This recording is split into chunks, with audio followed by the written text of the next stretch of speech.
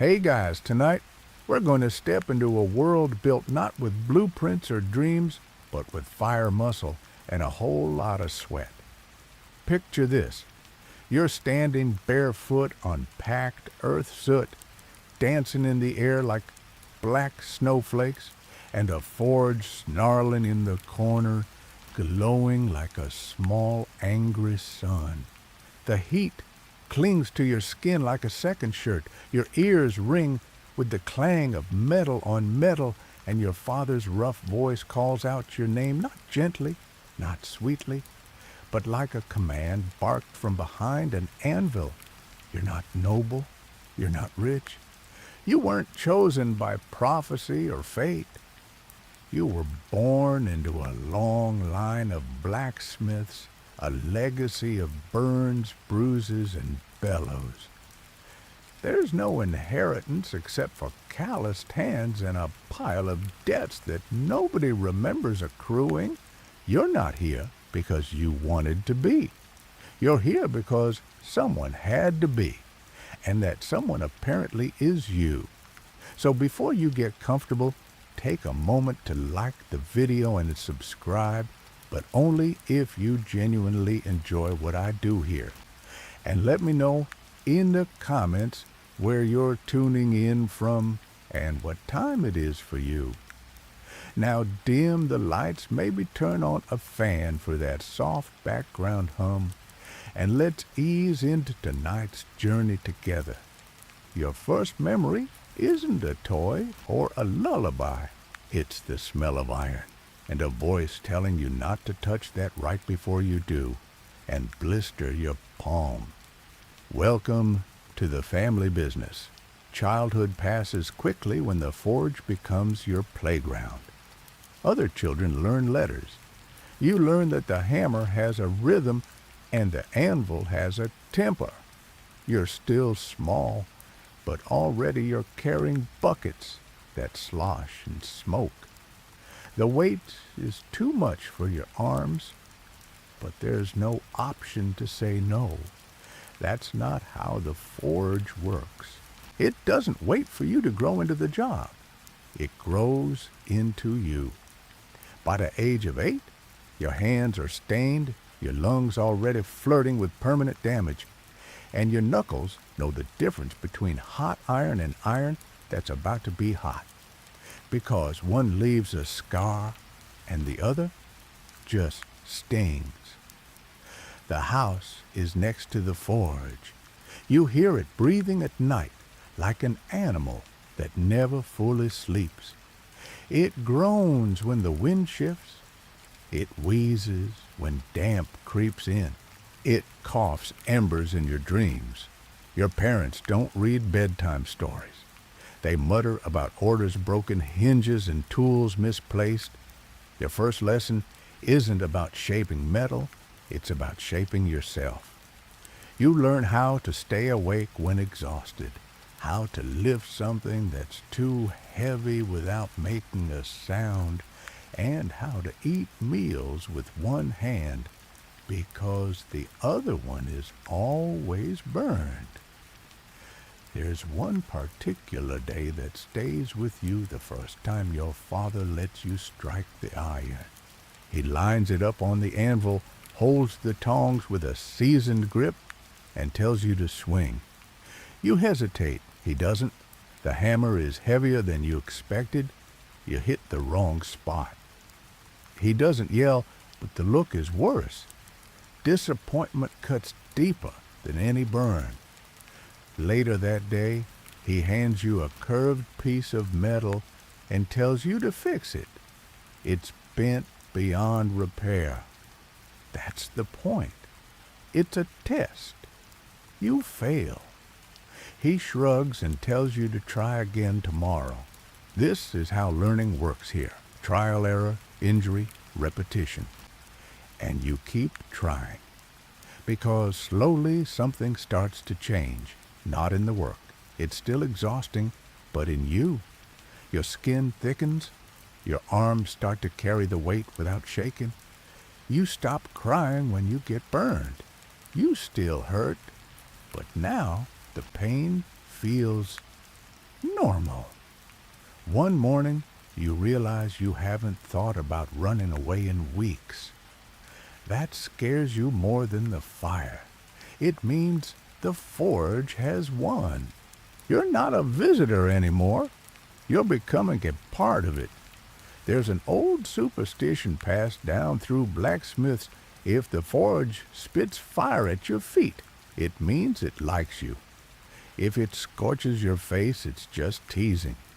But if it goes silent when you enter the room, if the embers dim and the air grows still, it means it's waiting, watching, testing you.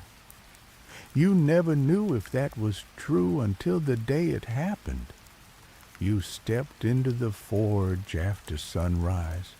The coals were glowing, but no smoke rose, no crackle, no heat wave, just stillness. For a moment, you wondered if it had gone out.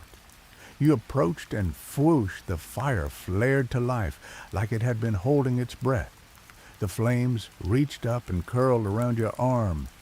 Not enough to burn, just enough to remind you this place is alive, and it's chosen you. Historians still argue whether medieval blacksmithing was truly a respected trade or simply tolerated. You weren't a priest, you weren't a warrior, but you weren't a peasant either. You lived in the strange in-between, needed but never praised. And even now as a child you feel it. You're essential but invisible.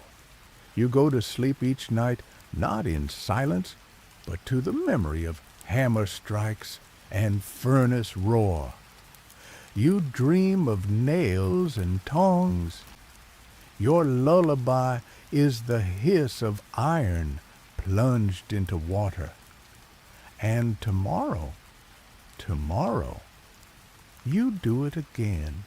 You wake before the sun, because your day doesn't begin with light, it begins with fire. You don't have an alarm clock, just instinct and the habit of rising when your bones ache the least. The embers are already waiting, like loyal dogs curled up in the forge's belly, still warm from yesterday's labors. You don't speak as you move. Words aren't needed. Your feet know the way. You step into the smithy and breathe in that familiar blend, charcoal, sweat iron, and something faintly sweet from the old wood beams that still cling to their forest scent under all the soot. The air scratches your throat, but you barely cough anymore. The fire must be coaxed, not lit, not sparked, but fed like a sullen animal. You add fresh fuel, work the bellows, and wait. And then there the blaze unfurls. You feel it kiss your face with that dry, almost intimate heat. Today is an apprenticeship day, which means you'll spend half your time being corrected and the other half being blamed. Your master is your father or your uncle or maybe even your mother, depending on how your village handles inheritance. But titles don't matter here.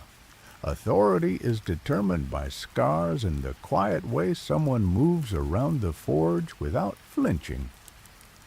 This morning's task, nails. Hundreds of them, every size. Horseshoe nails, timber nails, armor rivets. It sounds simple until your arms go numb. The tedium is part of the education. You're not learning to make nails, you're learning to endure. Your fingertips, already blistered, start peeling again. But you don't stop. You just rotate to your less damaged fingers and keep going. The smell of cooked skin mixes with the metallic tang of iron, and somewhere between the 6th and 7th dozen, you stop noticing. There's an old joke among blacksmiths. What's the easiest part of the job? Answer the moment you die. Midway through the morning, a villager arrives clutching a mangled hinge like it's a wounded bird. He says it came off the barn door. You know the barn, you know the door. You know it broke because someone leaned against it during a drunken argument last night.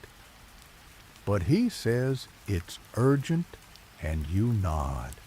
Because in this job, everyone else's emergency becomes your responsibility. You file down the jagged edge, flatten the twist heat, the metal reshape it, and cool it, all while your stomach growls and the back of your neck starts to blister under the forge's radiating heat. There's something poetic about how much you give to objects no one will thank you for. But poetry doesn't pay. Bread does. Lunch comes late. Bread hard as a roofing shingle. A bit of cheese that may have been cheese last week, and water warm, metallic, always slightly smoky, no matter how clean the cup. You eat standing up because sitting makes it harder to get moving again. Your legs lock if you rest too long. One of your older cousins joins you at the bench, chewing slowly and watching the coals like they might do something unexpected. You joke about how they never do. He grunts a laugh. You both know that's not true. Just last winter, the forge blew. A poorly sealed tuyere cracked under pressure. The fire whooshed out like a dragon exhaling sideways. No one died, but your cousin lost part of an eyebrow, and you gained a new respect for how fast everything can go from controlled to hospital visit. Not that there's a hospital, just a local woman with herbs honey and zero patience for whining. Afternoon means more hammering. Your shoulder has started making a soft clicking sound each time you lift. You wonder how many clicks are too many. Then you remind yourself, it doesn't matter. You have work. A group of children passes outside laughing. One has a wooden sword. You smile faintly and wonder if you made it. Probably. Your mark is on the hilt, a tiny scratch shaped like a bird hidden where only you'd look. You do that sometimes, not for pride, just so you know something of you went out into the world. Historians still argue whether medieval apprenticeships offered any real mobility. Most claim the system was rigid. Others say skilled workers like blacksmiths were exceptions, able to travel, set up shops, even gain status. But in your world, travel means abandoning the forge your family has held for generations. And status, that's something the church or the crown cares about. You care about nails. There's a brief lull before dusk. You take a moment to oil the tools, sort the tongs by shape, and wear and wipe the anvil with an old rag more whole than cloth. The forge quiets, but doesn't sleep. It's like a tired elder resting, but always listening. Your father or whoever guides your training hands you a worn leather-bound notebook. Inside are sketches, diagrams, notes written in barely legible ink. It's the family's smithing book passed down stained with sweat and maybe blood. Some of the drawings don't make sense yet. Others do. You trace one sketch with a fingertip, an iron gate hinge elegantly curved with a note beneath it. Make beauty, even in what no one sees. You don't know when it was written, but you know who wrote it, someone like you. You close the book as the last glow of daylight fades outside, and then quietly you begin laying out the molds for tomorrow. because tomorrow comes early, and you'll rise again before the sun stepping into the fire, not because you want to, but because you must. You don't dream much anymore, or if you do, you never remember. It's hard to hold on to fantasy when your days are filled with the clang of iron and the sizzle of water swallowing heat. When your body collapses into sleep, it's not gentle.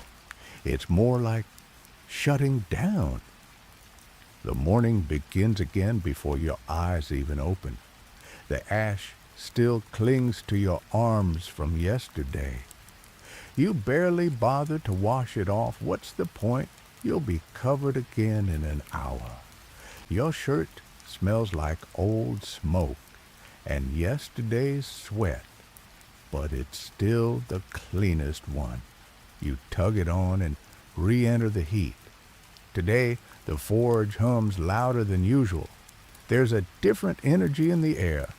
Your mentor, father, uncle, whatever title he goes by today, tells you it's time to practice your first horseshoe. Your first real horseshoe. Not the twisted iron practice pieces you've been hammering into spaghetti shapes for months. This time, it's for an actual horse. For the miller's new gelding, no less. The one with hooves the size of soup bowls. You swallow the nervous lump in your throat and nod, and you begin. The forge's fire is like a stage light now spotlighting your every move. You draw the iron bar from the coals red hot and hissing. You place it on the anvil, grip the hammer, and strike. It rings out clear bright, almost too sharp in the morning air. Sparks spit upward like angry fireflies. You miss your mark. The curve warps too early. You groan quietly. Your mentor says nothing. He watches. That's worse than shouting. You try again and again. The bar shortens with every mistake until finally, on your fifth attempt, you get a shape that looks like a horseshoe. Not perfect, but honest. As it cools in the barrel of water steam, rising in a thick, ghostly swirl, your mentor finally nods. Decent. That's all he says. But that's everything. You hold up the shoe, and for a fleeting second, you see more than just curved metal. You see the road that horse might run on the cart, it might pull the family, it might carry to the market. You made something that will matter, even if no one knows it. Then you drop it in the storage box and get back to work. Blacksmithing isn't about inspiration. It's about repetition. You do the same thing 1,000 times until your hands know it better than your mind. By now, you can tell the temperature of a piece of iron by the shade of orange it glows. Pale yellow, too hot. Deep red, too cold. Dull cherry with flickering sparks, just right. The forge is its own language. You're still learning to speak it. Later, a traveling merchant stops by with a broken wheel rim. He's impatient, loud, and smells like onions that gave up on life. He says he needs it by evening. You say nothing. You take the rim, examine the splinters, and silently begin your work. The rim needs reshaping, reinforcing, and at least 2 rivets replaced. Your tools are ready. Your sleeves are rolled. Your back already aches, but this is the job. As you file the new rivets, a sliver of iron stabs your thumb. Blood beads up, but you keep working. You suck it clean and keep filing. You've long since stopped flinching. Pain has become background noise. And that's the funny part. Historians still argue whether the physical toll of blacksmithing led to shorter lifespans. Some claim smiths were unusually hardy, built by fire and iron. Others suggest they died young lungs, blackened backs, broken hearts cooked from the inside out by years of labor. You think maybe both are true, because your body is already changing. You're barely in your teens, but your shoulders are rounded forward. Your knuckles pop when you flex. Your forearms are roped with muscle, and your palms, well, let's talk about those. You used to have fingers. Now you have weapons. Thick, rough, permanently stained. Your nails are gone more often than they're present. Some peeled off from burns. Others were crushed under falling tools or clumsy strikes. Your fingertips have no feeling left in them. You once grabbed a hot bar by mistake and didn't realize until you smelled the skin. Your mentor tells you that's a good thing. Means you're finally becoming useful. Charming. But it's true. There's a weird pride in the damage. You compare blisters with the other apprentices like battle scars. Oh, that one tongue slipped. Had to dunk my whole hand. Didn't even scream. The truth is, you did, but quietly, into your sleeve. Around midday, a small procession clatters past the forge nobles on horseback, heading to the manor. Their horses are sleek. Their cloaks shimmer with colors no peasant could afford. One of them glances in your direction, then away. They'll never know your name. But you've sharpened the sword at that noble's side. You've shoed the horse he rides. Maybe even repaired the gate to the manor he rides through. That's your place in the world. Unseen but indispensable. Your master once told you, the knight may win the war, but it's our steel that holds his sword together. He said it like a warning, but it always sounded like power. By sundown, the forge is tired. So are you. You hang your apron, leather black and stiff with old sweat and sparks. The workbench is littered with iron shavings and half-used nails. The coals dim, but you don't leave yet. You stare at the anvil a moment longer. Its face is chipped at one corner, a mark from years ago, when your father struck too hard in a fit of rage. He never repaired it, said it gave the anvil personality. You think that's true of yourself, too. And as you finally step out into the twilight air ash, still clinging to your eyebrows, you think today you didn't just survive, you forged. Evening in the village smells different, cooler. The air carries a hint of wood smoke and distant cooking. Somewhere someone's roasting onions and your stomach grumbles in protest. You've had nothing but stale bread and a dried pear since sunrise. Still, you pause at the doorway of the forge, letting the night air touch your blistered skin.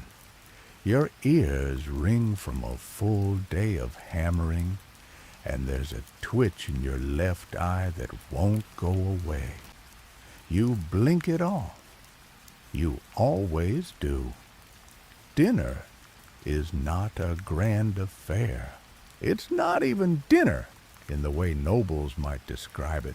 It's more of a negotiation between food scraps and fatigue.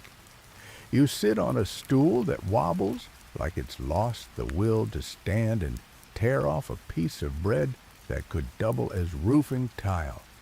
You dunk it into a bowl of thin stew potato peels, turnip chunks, maybe a bit of old mutton if you're lucky. You eat with one hand. The other still tingles from gripping tools too long. A younger sibling runs past you, trailing smoke-dirt footprints across the floor. You don't yell. What's the point? They'll learn the same way you did through proximity, to flame and consequence. After you eat, you walk outside again. The forge glows faintly through the cracks in the shutters. It's never truly dark. It's like the fire doesn't want to sleep, not fully. And honestly, neither do you, because you've started noticing something strange. The more you work, the more you see iron everywhere, not just in the forge, but in your dreams and your thoughts. Nails in a door frame catch your eye. The curve of a gate latch makes your fingers twitch. You evaluate the rivets on a plow without meaning to. It's not just a job anymore. It's rewiring you. Your back hurts all the time now, not just from the hammering, but from the bending, the lifting, the standing, the endless repetition of movements that wear grooves into your spine. You've begun to hunch slightly, and when you catch your reflection in the well water, you don't look like a child anymore. You look forged. The forge has taken its toll.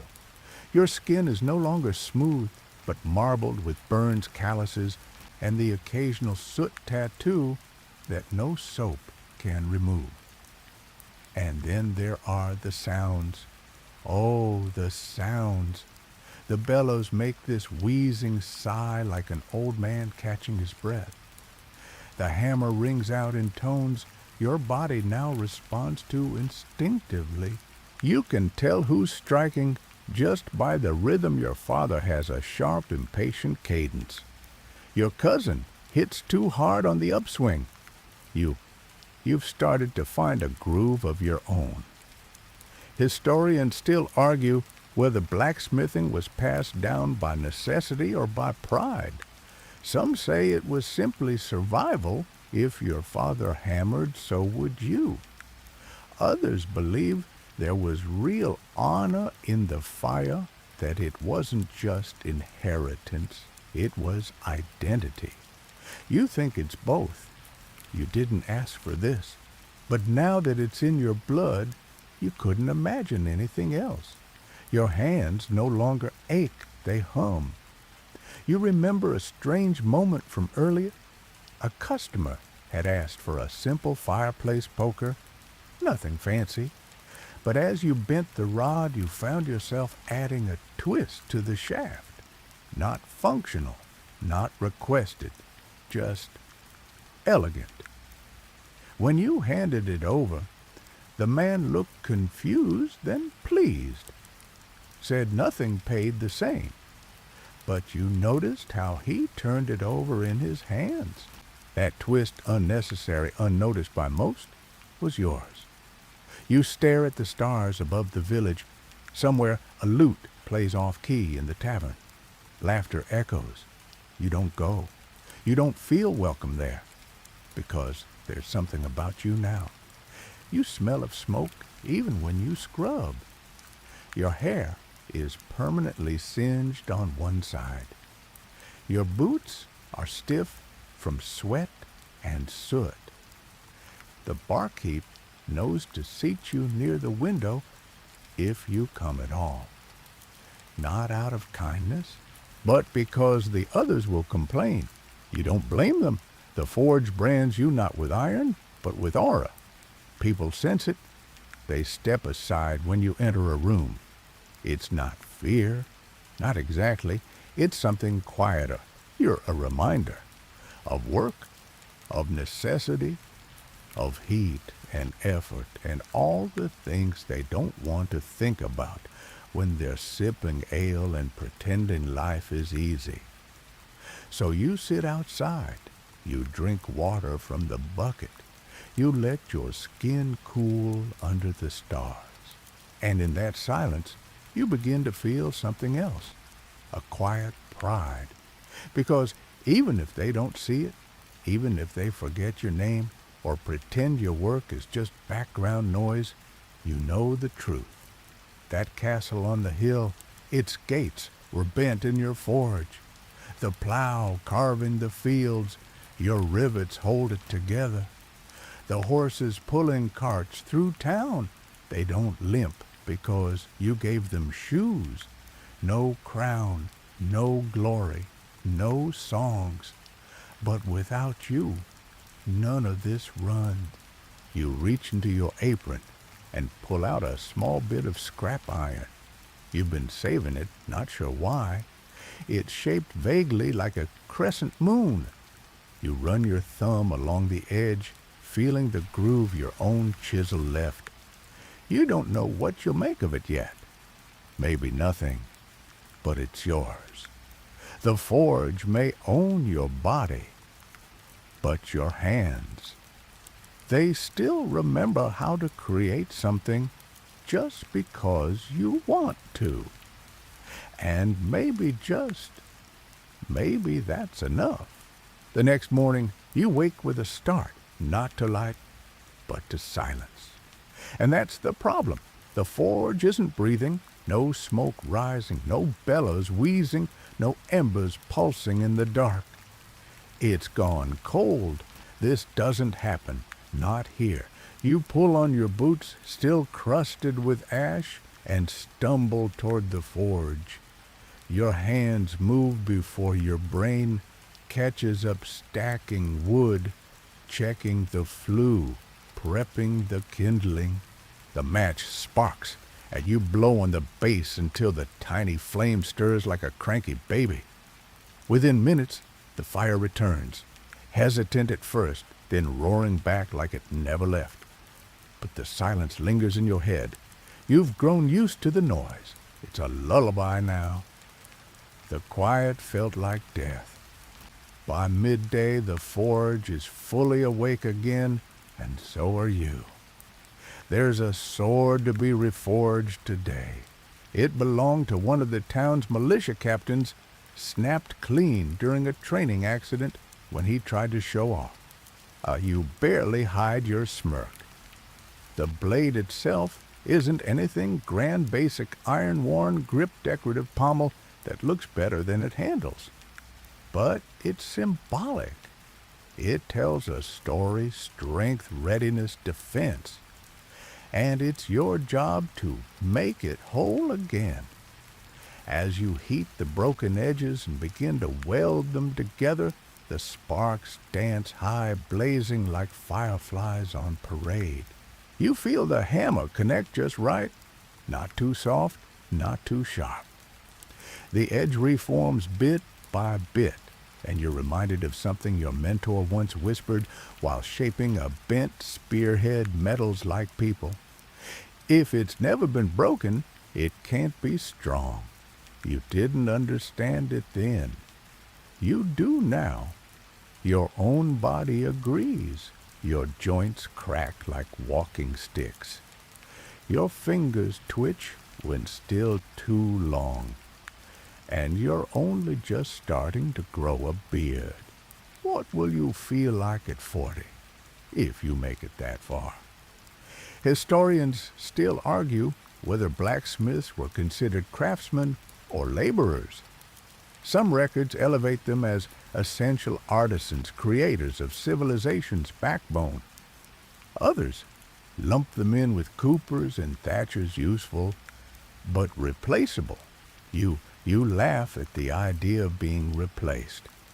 Who else wants to live like this?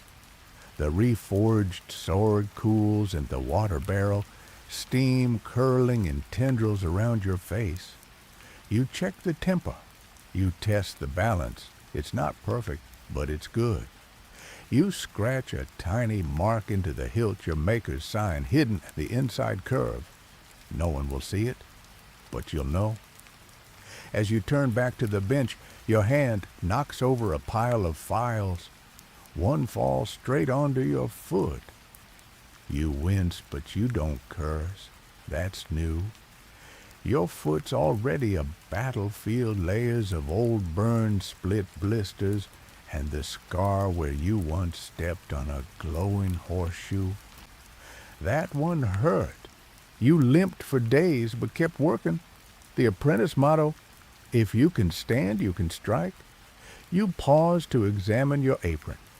It's meant to protect you, and to be fair, it does. Mostly, it has burned holes near the belly and a charred strap that barely holds. There's a spot where molten slag once splashed and welded itself into the leather. You tried picking it out, but eventually left it. It's part of the armor now.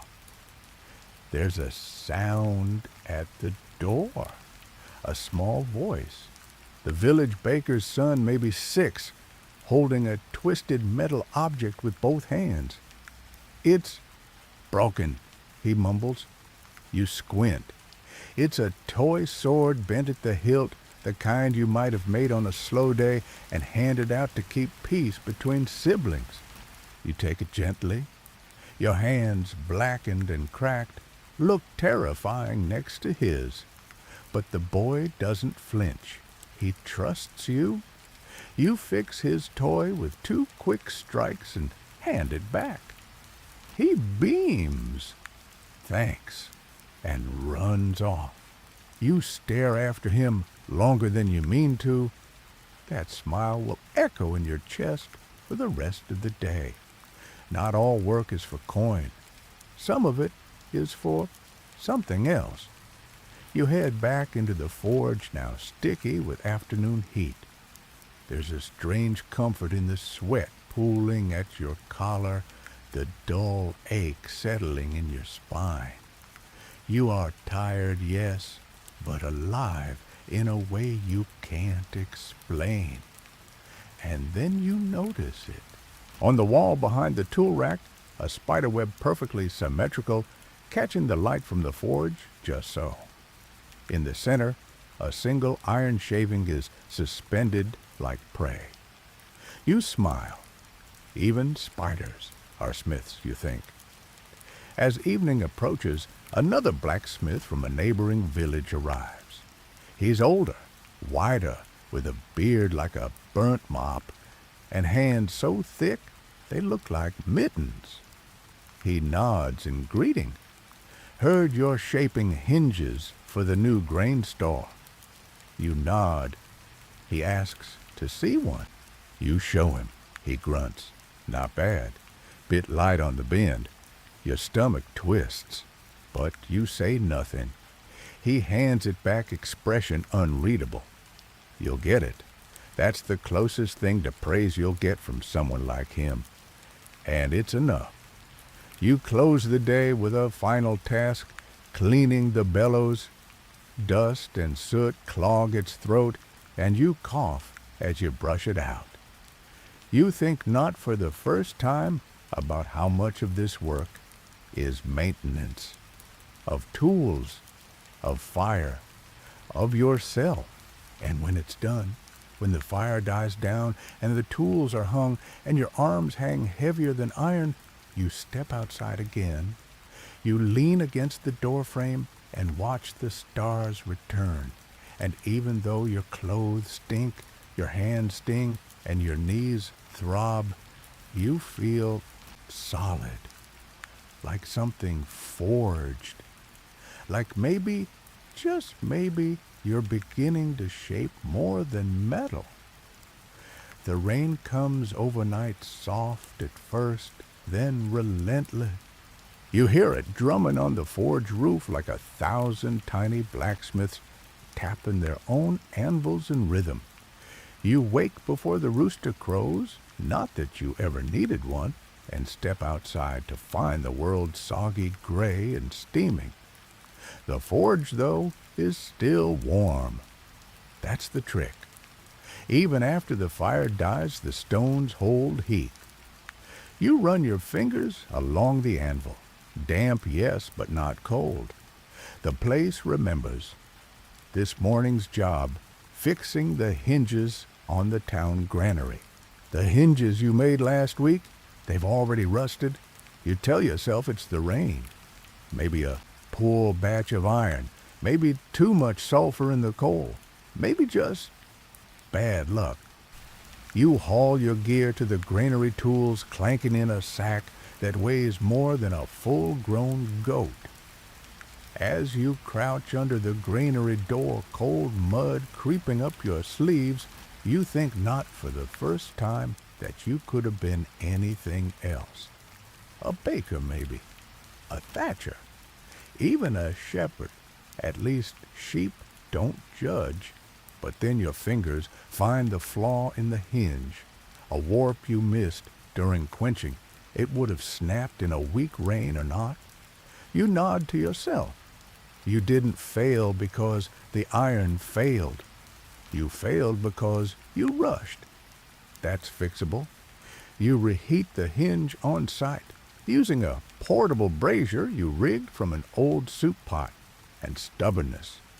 It spits and smokes, but it works. You hammer it flat, realign the pin, and drive it home with 3 short taps. It fits now. You wipe your hands and glance around. No applause, no one watching. Just wet sheep and the faint smell of cabbage from the house next door. But the hinge works, and it'll last, this time. Historians still argue whether medieval tradespeople understood metallurgy in a scientific sense. You certainly don't have a library or formulas. But you know which iron cracks too soon, which coal burns too dirty, which tongs slip, and which bellows have a leak that sings like a bird when the forge is hot enough. You may not be a scholar, but your fingers have read thousands of pages, none of them written. Back in the forge, you strip off your soaked tunic and hang it near the coals. Steam rises in ghostly trails. You turn your shirt halfway through drying because you've learned the hard way that uneven heat leads to crispy sleeves. A knock on the frame interrupts your moment of almost warmth. It's the miller. Again, this time with a barrel hoop that snapped clean through. His timing is terrible, but his wife always sends barley bread with him as payment, so you wave him in. As he watches you work, he leans in, trying to make conversation. He asks if you ever think about leaving. Going to the city. Bigger orders. Better pay. More excitement. You say nothing for a while, just focus on the hoop.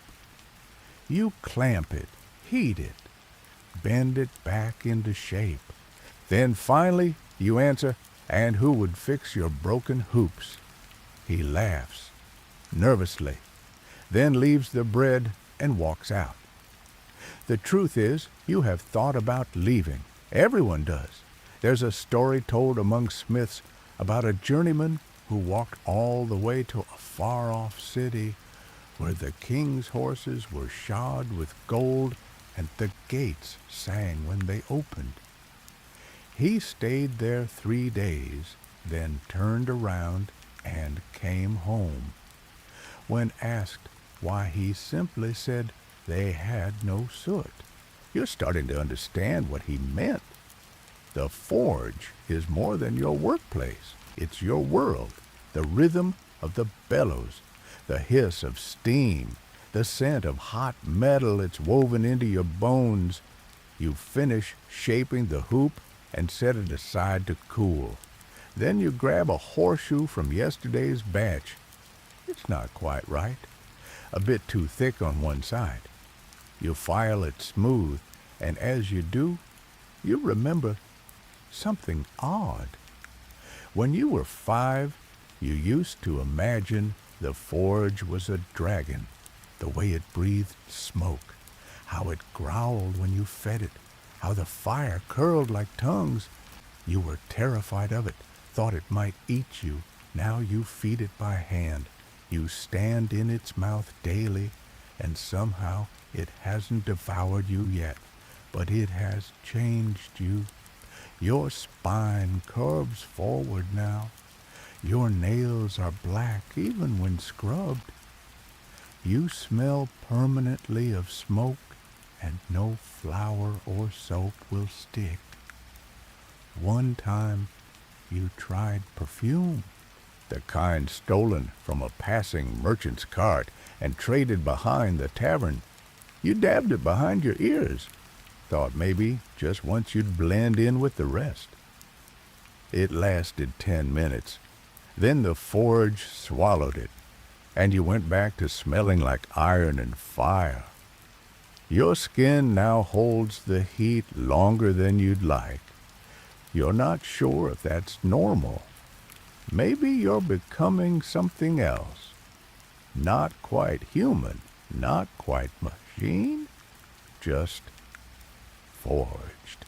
And yet there are moments, small quiet ones, when you catch yourself humming. Not a song you know, just a rhythm syncing with your hammer strikes. 3 beats, a pause, then 2, like a secret code only your muscles understand. Historians still argue whether blacksmithing was art or labor. You think it's both. The repetition dulls your senses, yes, but every now and then something beautiful slips through. A curve in a blade, a twist in a handle, a hinge that fits with a click so perfect it sounds like music. You catch yourself smiling, just for a second. Then someone calls your name, another hinge to fix, another night ahead. And still you stand. You lift the hammer, you return to the fire, because this isn't just a forge. It's your inheritance, your burden, and your home. You don't keep a calendar. Time in your world is measured by burned scars, the growth of calluses, and the way your arms stop aching after the first few hundred swings. Seasons blur into each other. You know it's spring, not because of flowers, but because your blisters start forming faster in the heat. Today, your job is simple in theory. Repair a cracked plowshare before planting season fully takes hold. Simple until you lift the thing. It's the size of a small coffin and twice as stubborn. You brace your legs, tilt your hips, and manage to drag it onto the anvil with a grunt that sounds older than you are. The farmer who dropped it off said, "It cracked clean through a rock last week." You believe it. The split runs jagged like a bolt of lightning frozen in iron. It'll need welding, reshaping, tempering, the whole dance. As you fire up the forge, sweat starts pooling in places you didn't know could sweat. And this is just the setup. You've learned something over the years. Metal has moods. Some days it bends willingly, pliant and forgiving. Other days it fights brittle and temperamental. Today feels like one of those days. You coax the fire higher. The forge answers with a low, throaty roar that warms your face and dries your lips. The plowshare slides into the coals. Slowly, it begins to glow. You wait, not too long, just until the color shifts dull red to bright orange to that perfect yellow that signals readiness. You pull it out and lay it across the anvil. The hammer finds your hand like it's been waiting all morning. The first strike rings clear. So does the second. But by the 5th, you already feel the resistance. This is going to be a long repair. You think of all the things you could have been doing today. Sleeping, eating, literally anything else. But no, here you are forging a plowshare that doesn't even belong to you for a man who probably thinks your name is Boy. Still, you work, because no one else will. Midway through a village, girl passes by the shop. She's carrying a basket of herbs, maybe on her way to the healer. She glances your way, pauses for a second, then keeps walking. She didn't smile, but she didn't flinch either. Progress? You return to the work. The metal has softened, become manageable. You hammer the seam, weld the crack, and start shaping the edges. Each strike sends vibrations through your arm and into your chest like a second heartbeat, and for a moment, just a moment, it feels good. Not just tolerable, good. Historians still argue whether medieval blacksmiths had any say in village affairs. Some documents list smiths as respected members of the community trusted with tools, weapons, even secrets. Others suggest they were merely tolerated necessary, but not welcome. You lean toward the latter. You've heard the whispers, the jokes. Don't stand too close to the smith, or your hair'll catch fire. Careful, he stinks worse than the tanner. Bet he sleeps in the coals. You do not sleep in the coals, but some nights you fall asleep beside them, and that counts for something. As you finish the plowshare and plunge it into water, steam billows out like a curtain. It wraps around you momentarily, hiding everything. You close your eyes just for a breath. And in that swirl of heat and silence, you remember a story. There was a blacksmith long ago who forged a crown so beautiful that even the king wept upon seeing it. But the smith, he refused payment. Said the crown wasn't his to sell. He'd made it out of grief, not gold. His son had died the winter before. The crown was buried with the boy, and the forge fire never burned the same again. You wonder if that story's true, or if it's just something apprentices whisper when the nights grow too quiet. Either way, it lingers. You finish the job. The plowshare now whole gleams in places where you buffed it. It'll last another season, maybe two. Depends on the rocks, depends on the farmer, depends on everything, really. As you set it aside, your shoulder clicks loudly, a reminder. This work adds up, one strike at a time. Later, during cleanup, you find an old chisel with a split shaft. You meant to toss it weeks ago, but instead you hold it up to the light and study the crack. Something about it looks familiar. You set it on the workbench, not for repair, just to remember. And then you hear a small voice, the baker's son again. This time, no toy, just wide eyes and a question. Is it true you can turn swords into plows? You smile. Sometimes, if you hit them the right way. He nods seriously and runs off. You shake your head, but the question sticks. You've turned many things into many other things. Horseshoes from bars, nails from rods, blades from broken tools. But you've never made a plow from a sword. Maybe one day. For now, you turn out the coals, wipe your hands, stretch your back, and step outside where the evening smells like wet earth and new beginnings.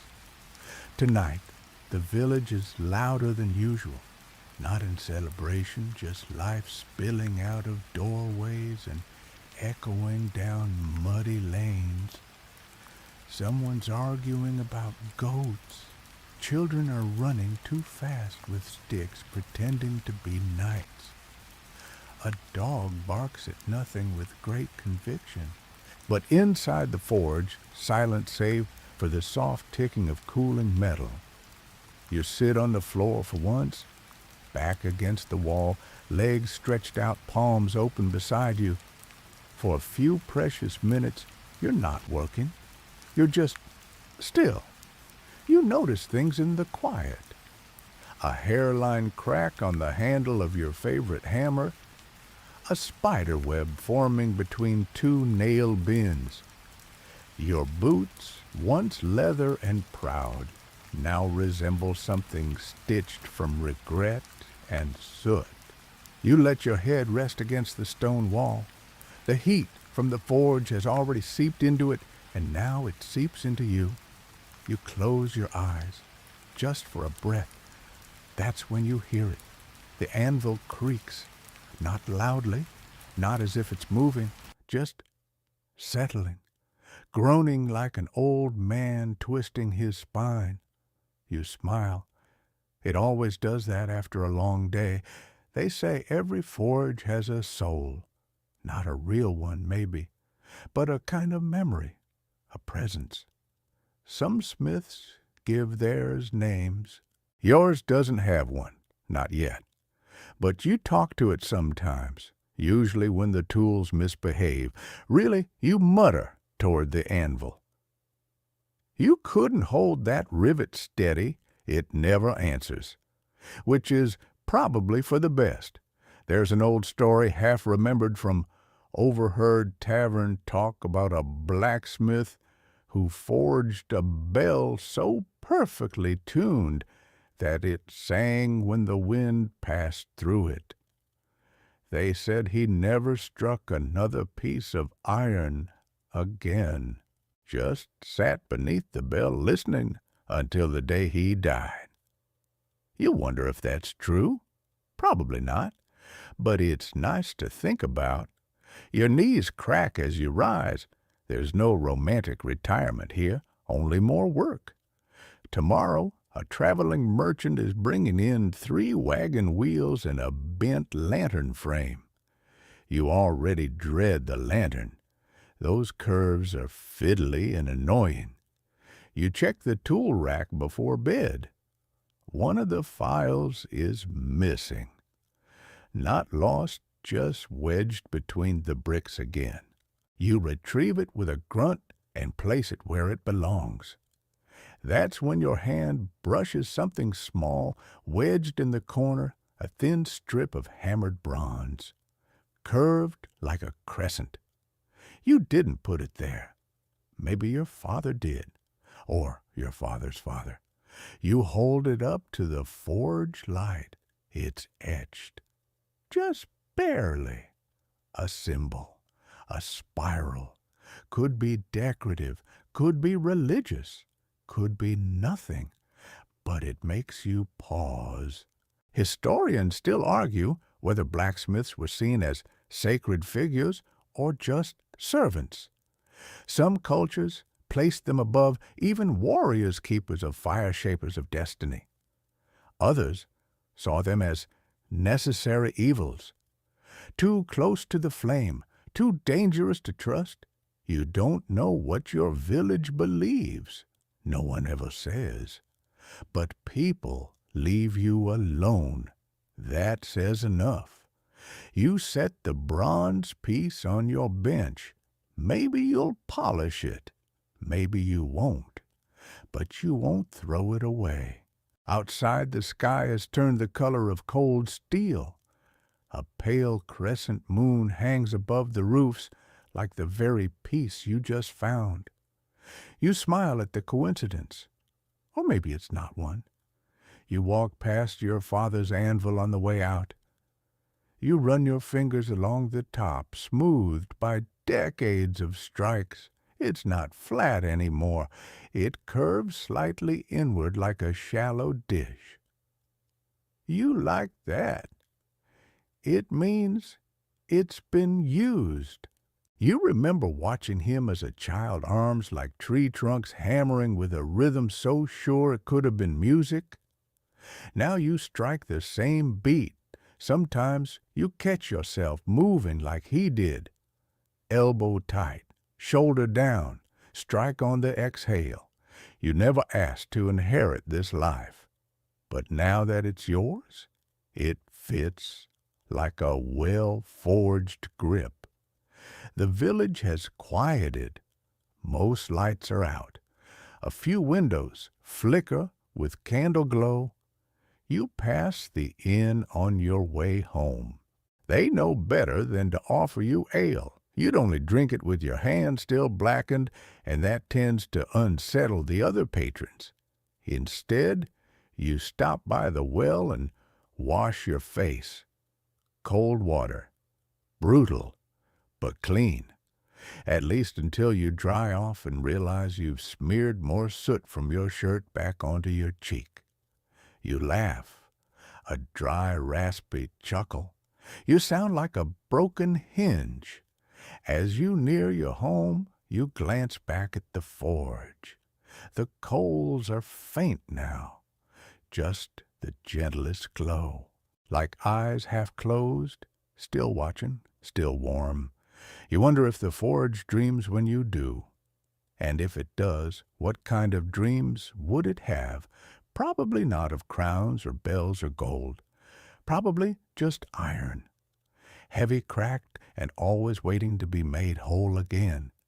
You dream that night, though you don't remember the details. Only a sense of weight and warmth, like you were cradled inside something ancient and vast. Maybe the forge, maybe yourself. When you wake, it's still dark. You listen, not for voices or animals or even the wind. You listen for the fire, and sure enough, the forge hums softly. Even in rest it breathes.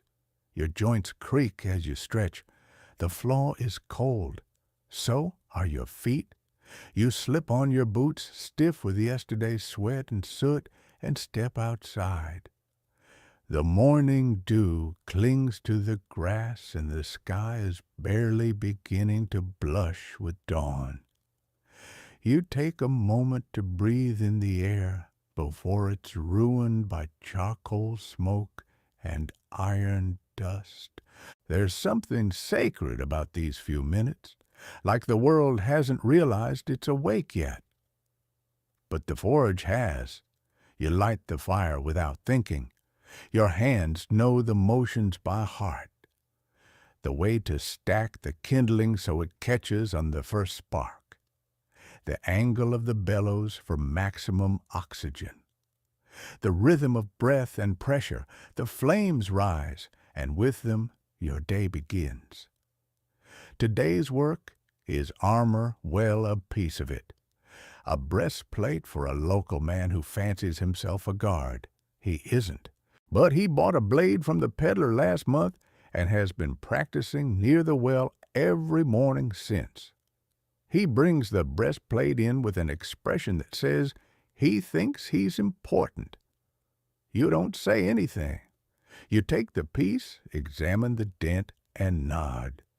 It's a small job, a few hours, but tricky.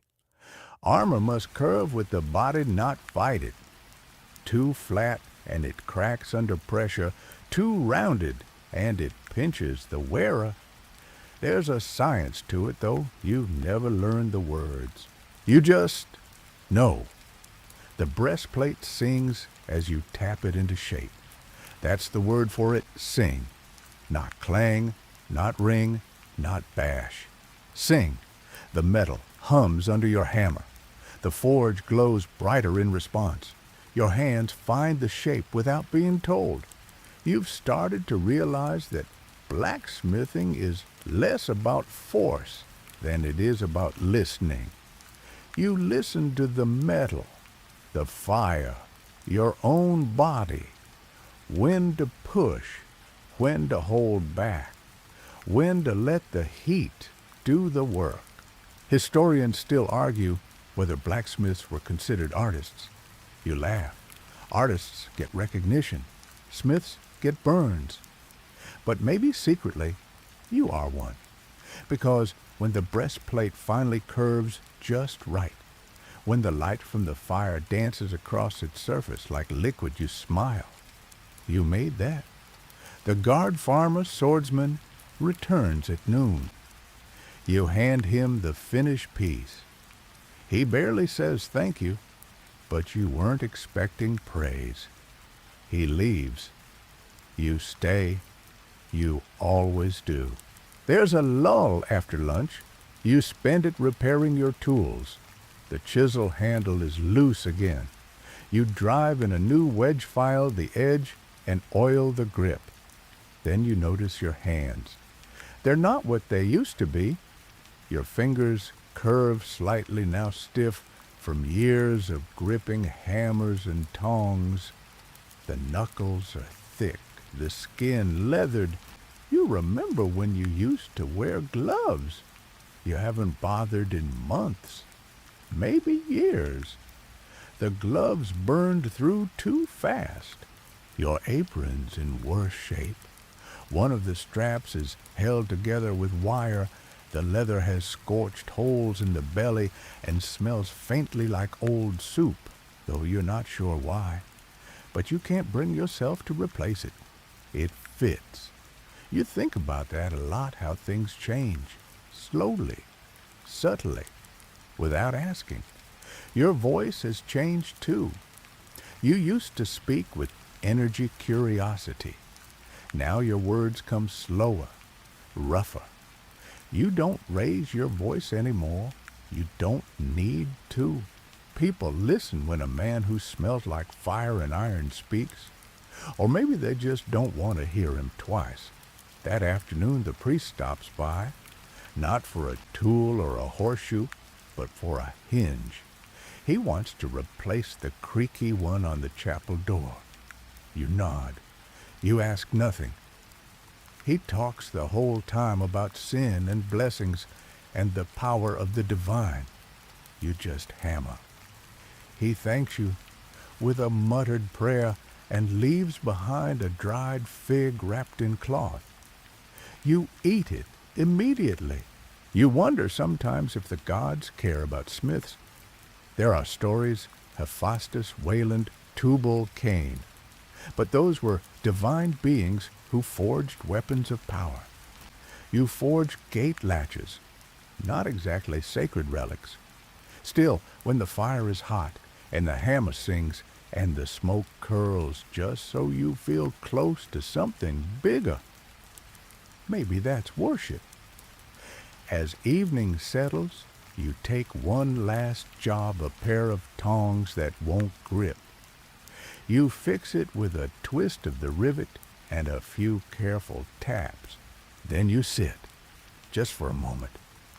The forge crackles softly. The coals glow. You lean back, eyes half-lidded. Your muscles ache, but it's the familiar kind. Not pain, not exactly. More like confirmation. You're still here. You're still standing. You're still forging.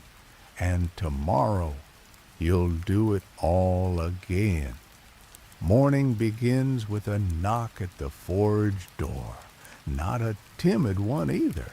4 heavy raps, impatient, familiar, and guaranteed to bring bad news. You wipe your hands on your apron and open the door to find the tanner's apprentice standing there, boots dripping with mud and expression pinched like he just drank a cup of spoiled milk. Need a new awl, he mutters, holding up a twisted, ruined tool that looks like it lost a fight with a cartwheel. Master says it's urgent. Of course it is. It always is. You take the broken awl, nod, and motion for him to wait. No words wasted. He shifts uncomfortably on the threshold. No one likes waiting in a blacksmith shop. Something about the heat, the smell, the weight of metal hanging everywhere, it makes people feel like they're trespassing in a place that's alive. You start the fire again, like every morning, and set to work. The old awl is beyond saving, but its shape still tells you what it used to be. You cut a new shaft shape, the tip hardened the point. It doesn't take long. The apprentice eyes it when you hand it over, then nods once, awkwardly. Thanks. He offers a half mitten of salted fish as payment. You accept. You always do. Back inside, you sit for a moment. Salted fish in one hand, hot iron in the other. Breakfast of champions. Today is one of those days where your body starts hurting before the work even begins. Your knees pop when you stand. Your back groans like old wood. Your shoulder clicks just to remind you it still exists.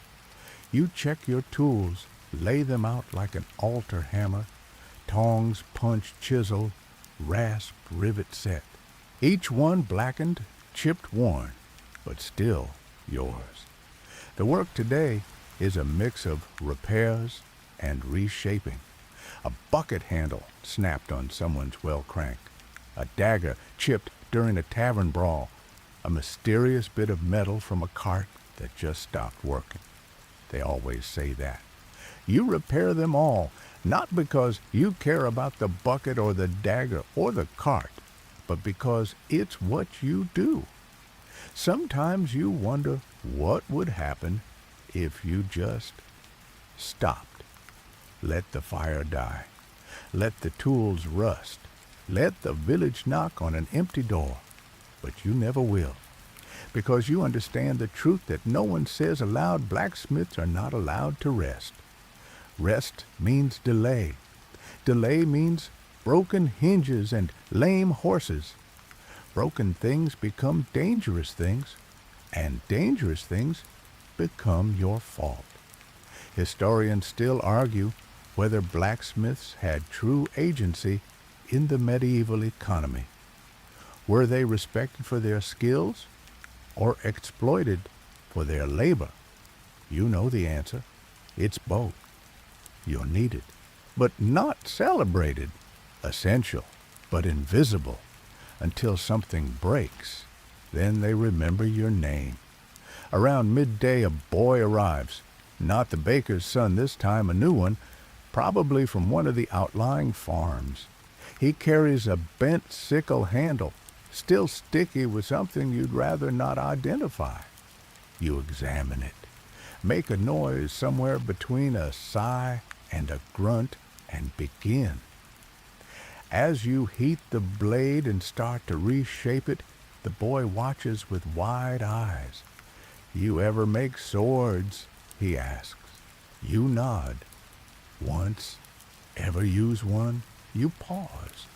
You think of the one time years ago when a group of raiders came through, when you stood in the village square with an iron bar in one hand and a hammer in the other. You didn't fight, but you didn't run either. No, you say. But I've made enough to know how they break. The boy blinks.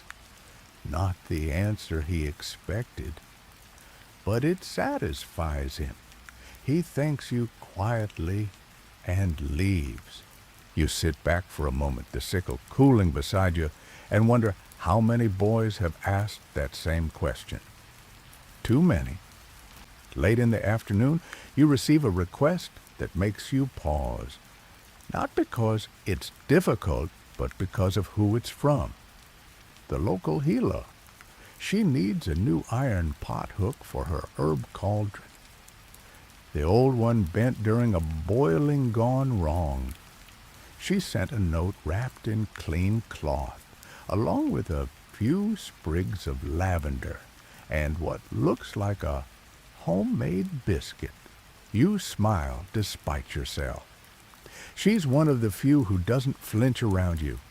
You shape the hook carefully, not because you're trying to impress her, but because you care about the details. A pot hook isn't just a hook. It has to hold weight, resist heat, hang level. You forge it with balance, give it a slight curve at the end, and stamp a small spiral at the base. Just for you.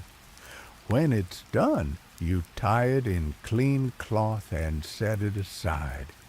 She'll collect it tomorrow. You don't expect thanks, but you look forward to seeing her face. By the time the sun starts to dip, your apron is soaked through, your shoulders feel like they've been used as anvils themselves, and your boots are beginning to come apart at the seams. But the forge is content. You can feel it. You turn the coals one last time, wipe your tools, hang your apron, and before you leave, you press your hand to the anvil. just a moment, just to feel the warmth, the memory, the weight of every strike still echoing inside it. You wonder if anvils dream too. If they do, you hope they dream of you. You've stopped noticing how tired you are.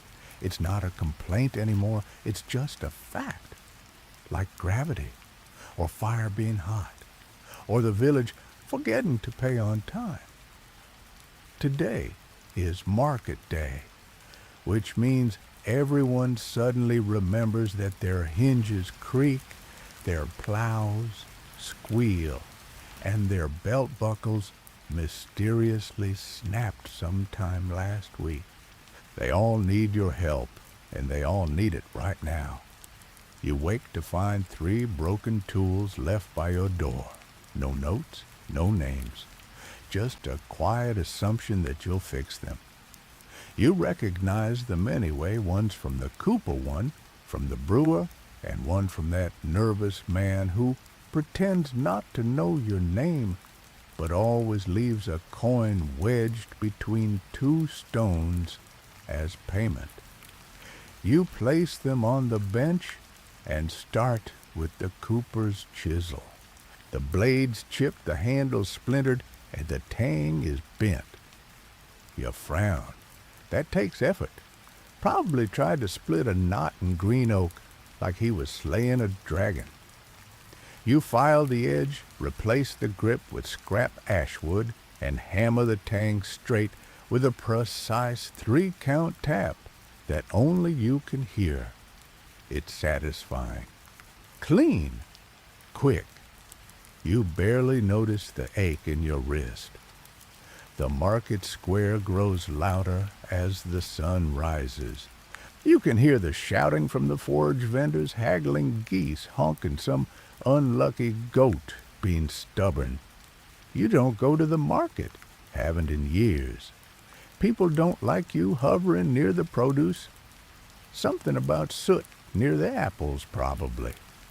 But they like your wares. That part's never in doubt. By midday, 2 more villagers stop by. One needs a new hinge pin for his door again. The other is a baker's cousin's brother-in-law's neighbor, with a scythe so warped it looks like it melted. You don't ask how, you don't want to know. While waiting on a blade to cool you, glance down at your palms. The lines in them are barely skin anymore. They're a map of accidents, burn ridges, blister bubbles, knife-thin scars that split and healed crooked. Your fingers know every tool by shape alone now. You could reach into the pile with your eyes shut and grab exactly what you need. And you often do. There's an odd comfort in that kind of muscle memory. Historians still argue whether medieval blacksmiths passed down their knowledge formally through ledgers, apprenticeships teaching, or informally through repetition and instinct. The truth is both.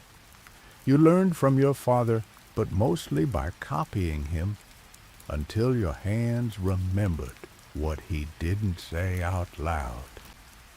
You don't write anything down. You don't need to. The forge remembers. While you're shaping a new scythe tang, a merchant from the next village arrives, flashy, loud, always smelling faintly of pepper and travel. He leans into your shop like he's afraid to touch anything. Said you made a gate hook for the miller, he begins. Can you make a dozen for a manor up north? You nod, careful not to show interest too quickly. He names a price that's twice what you expected. You nod again. He hesitates. They want them decorative. That's new. Most people want strong, simple, durable, not pretty. But you've made pretty before, quietly, for yourself, for the healer, for the curve of a fireplace poker no one ever noticed but you. You agree to the job. Not for the coin, though, that'll help, but for the challenge. Decorative means care. It means shaping curves that won't affect the function but will feel right in the hand. It means adding flourishes that only the bored and wealthy will see, but which will whisper your skill without shouting. After he leaves, you begin sketching, not on parchment, just with chalk on the benchwood, fast lines, arcs. You're not sure what it'll look like yet. You let the forge decide. Later, the healer stops by to collect her pothook. She thanks you properly, looks you in the eye, and places a small linen bundle in your hand. Tea, she says, for the lungs and the sleep. You don't ask what she's heard. You just nod. And then she's gone. You set the tea aside. You'll try it, eventually. For now, there's still work to do. You end the day shaping the first decorative hook. It's small, but stubborn. The iron resists your file. You curse under your breath, then breathe out slow. Calm hands. Patience strikes. When it finally curves the way you want it to, you feel something stir. Not pride exactly, just presence. A sense that you are in the piece now. It'll hang in some noble's door frame unnoticed. But you'll know. You pack up late. Too late. You eat standing up again cold pottage and a chunk of last week's bread chewier now than the sole of your boot. And then, as always, you dim the forge. The coals settle like a sigh. The tools rest where they always do. And you scarred, soot-smudged, too tired to speak, step outside. The sky is endless and blue-black scattered with stars. The village is quiet, and somewhere in the silence you think you hear the faint ping of cooling iron. A heartbeat, not yours. The forge's. Still alive. You wake with your jaw clenched so tight it aches. Must have been grinding your teeth again. You don't remember why. Maybe it was a dream, or maybe your body just never stopped bracing for the next day's work, even while sleeping. It's darker this morning, the sky still heavy with clouds that threaten rain. Again, you stretch your back, and it sounds like a tree creaking. The cold has crept into your joints overnight like an uninvited guest, squatting in your spine and elbows. You roll your shoulders. It doesn't help much. Still you rise. You always do. The forge welcomes you like an old friend who's bad at boundaries, loud, hot, and needy. You set the fire before your boots are even laced. Instinct, not decision. Today you've got 3 things on the docket: the decorative hooks for the manor, a snapped rake handle that somehow cracked the ferrule, and a curious job, a key. The steward from the manor sent it down with a courier. No explanation, just a note: match this and make 3 more. The key is long rusted and oddly delicate for something so functional. It looks like it might unlock a chest or a gate or something more secret. You turn it over in your hand. There's a groove along one edge that looks almost ornamental. You don't ask questions. You just measure, mark, and begin. Keys are tricky. They require finesse, tiny cuts, precise lengths, smooth teeth. They're not brute force jobs. They're whispered jobs. You file slowly, your breath steady. Outside, the rain finally comes soft at first, then pounding. The forge roof sings under it. You pause to listen. There's something about the sound of rain on metal that quiets your bones. You return to the key, shape it, test the depth, adjust. again, again. Eventually it clicks into place against the original, identical, but new. You wrap it in cloth, lay it beside the others, and get back to the hooks. The decorative ironwork flows easier today. Your hands remember the motion, the curls and counterbalances. You start to feel the rhythm of it again. One beat, one breath. That's when the bell rings. You frown. No one uses the forge bell unless it's urgent. You open the door to find a boy shivering, soaked eyes wide. He holds out a horseshoe. It's bent into a shape that could only come from panic. Plow horse slipped, he says. Cart fell. He's limping. You nod. Take the shoe. Close the door. No scolding, just urgency. The forge flares higher as you press the iron back into shape. A fresh shoe isn't needed. The bend isn't fatal, but it must be exact. Any unevenness, and the horse will stumble again.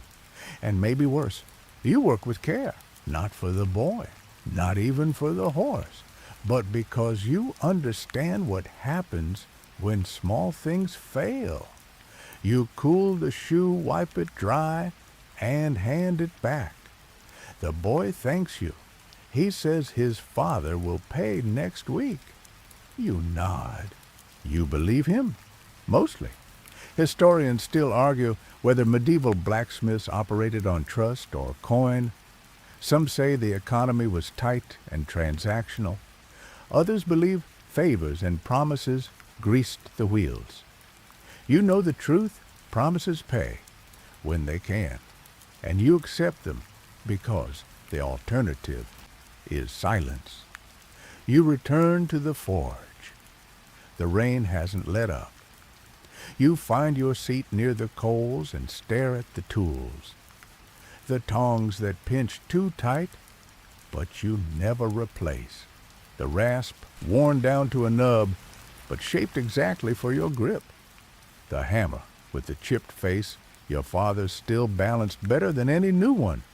You think about how every item here has a memory, a reason for staying. You too. Your breath comes slower now. Your eyes blur slightly, not from tears, but from smoke, maybe, or fatigue. You recall something your father used to say, "Don't worry about being remembered. Worry about what you leave behind." You didn't understand it then, but now, every gate latch, every blade, every quiet fix with no thanks, they're footprints. Even if they're walked over 100 times, they were yours first. You look to the corner where the bronze spiral still rests. You haven't touched it in days, maybe weeks, but it stays there waiting, like a question you're not ready to answer. What would you make if no one asked? What shape would your soul take if it could be forged? You shake the thought loose. You have hooks to finish.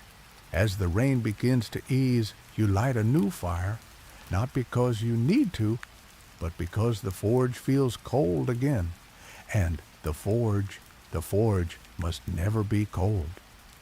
The rain stops in the night, but it leaves behind its signature puddles in every dented roof tile, a thick dampness in the air, and a forge floor slick with mud tracked in from your boots. You mop it half-heartedly with an old cloth, but the soot only smears darker than before, like the forge is tattooing the very ground. Today begins with the familiar weight in your arms, the soreness that's no longer even pain, just texture. Your shoulders roll with a crunch. Your elbow pops. You welcome it all. It means your body is still responding, still trying. You finish the last of the decorative hooks before dawn. Fully breaks. 12 in total lined in a neat row along the bench. Each one has a slight spiral at the end, almost whimsical. Not your usual style, but the form grew on you. You polish them one by one, the metal gleaming like starlight, before you dim it back down with a coating of oil. Protection against rust, against time. You wrap them in canvas and tie the bundle with thick twine. You sit back, exhale slowly. It's good work, quiet, steady, almost graceful. But just as you finish, a shout pierces the morning calm. A boy races toward the forge, face red out of breath.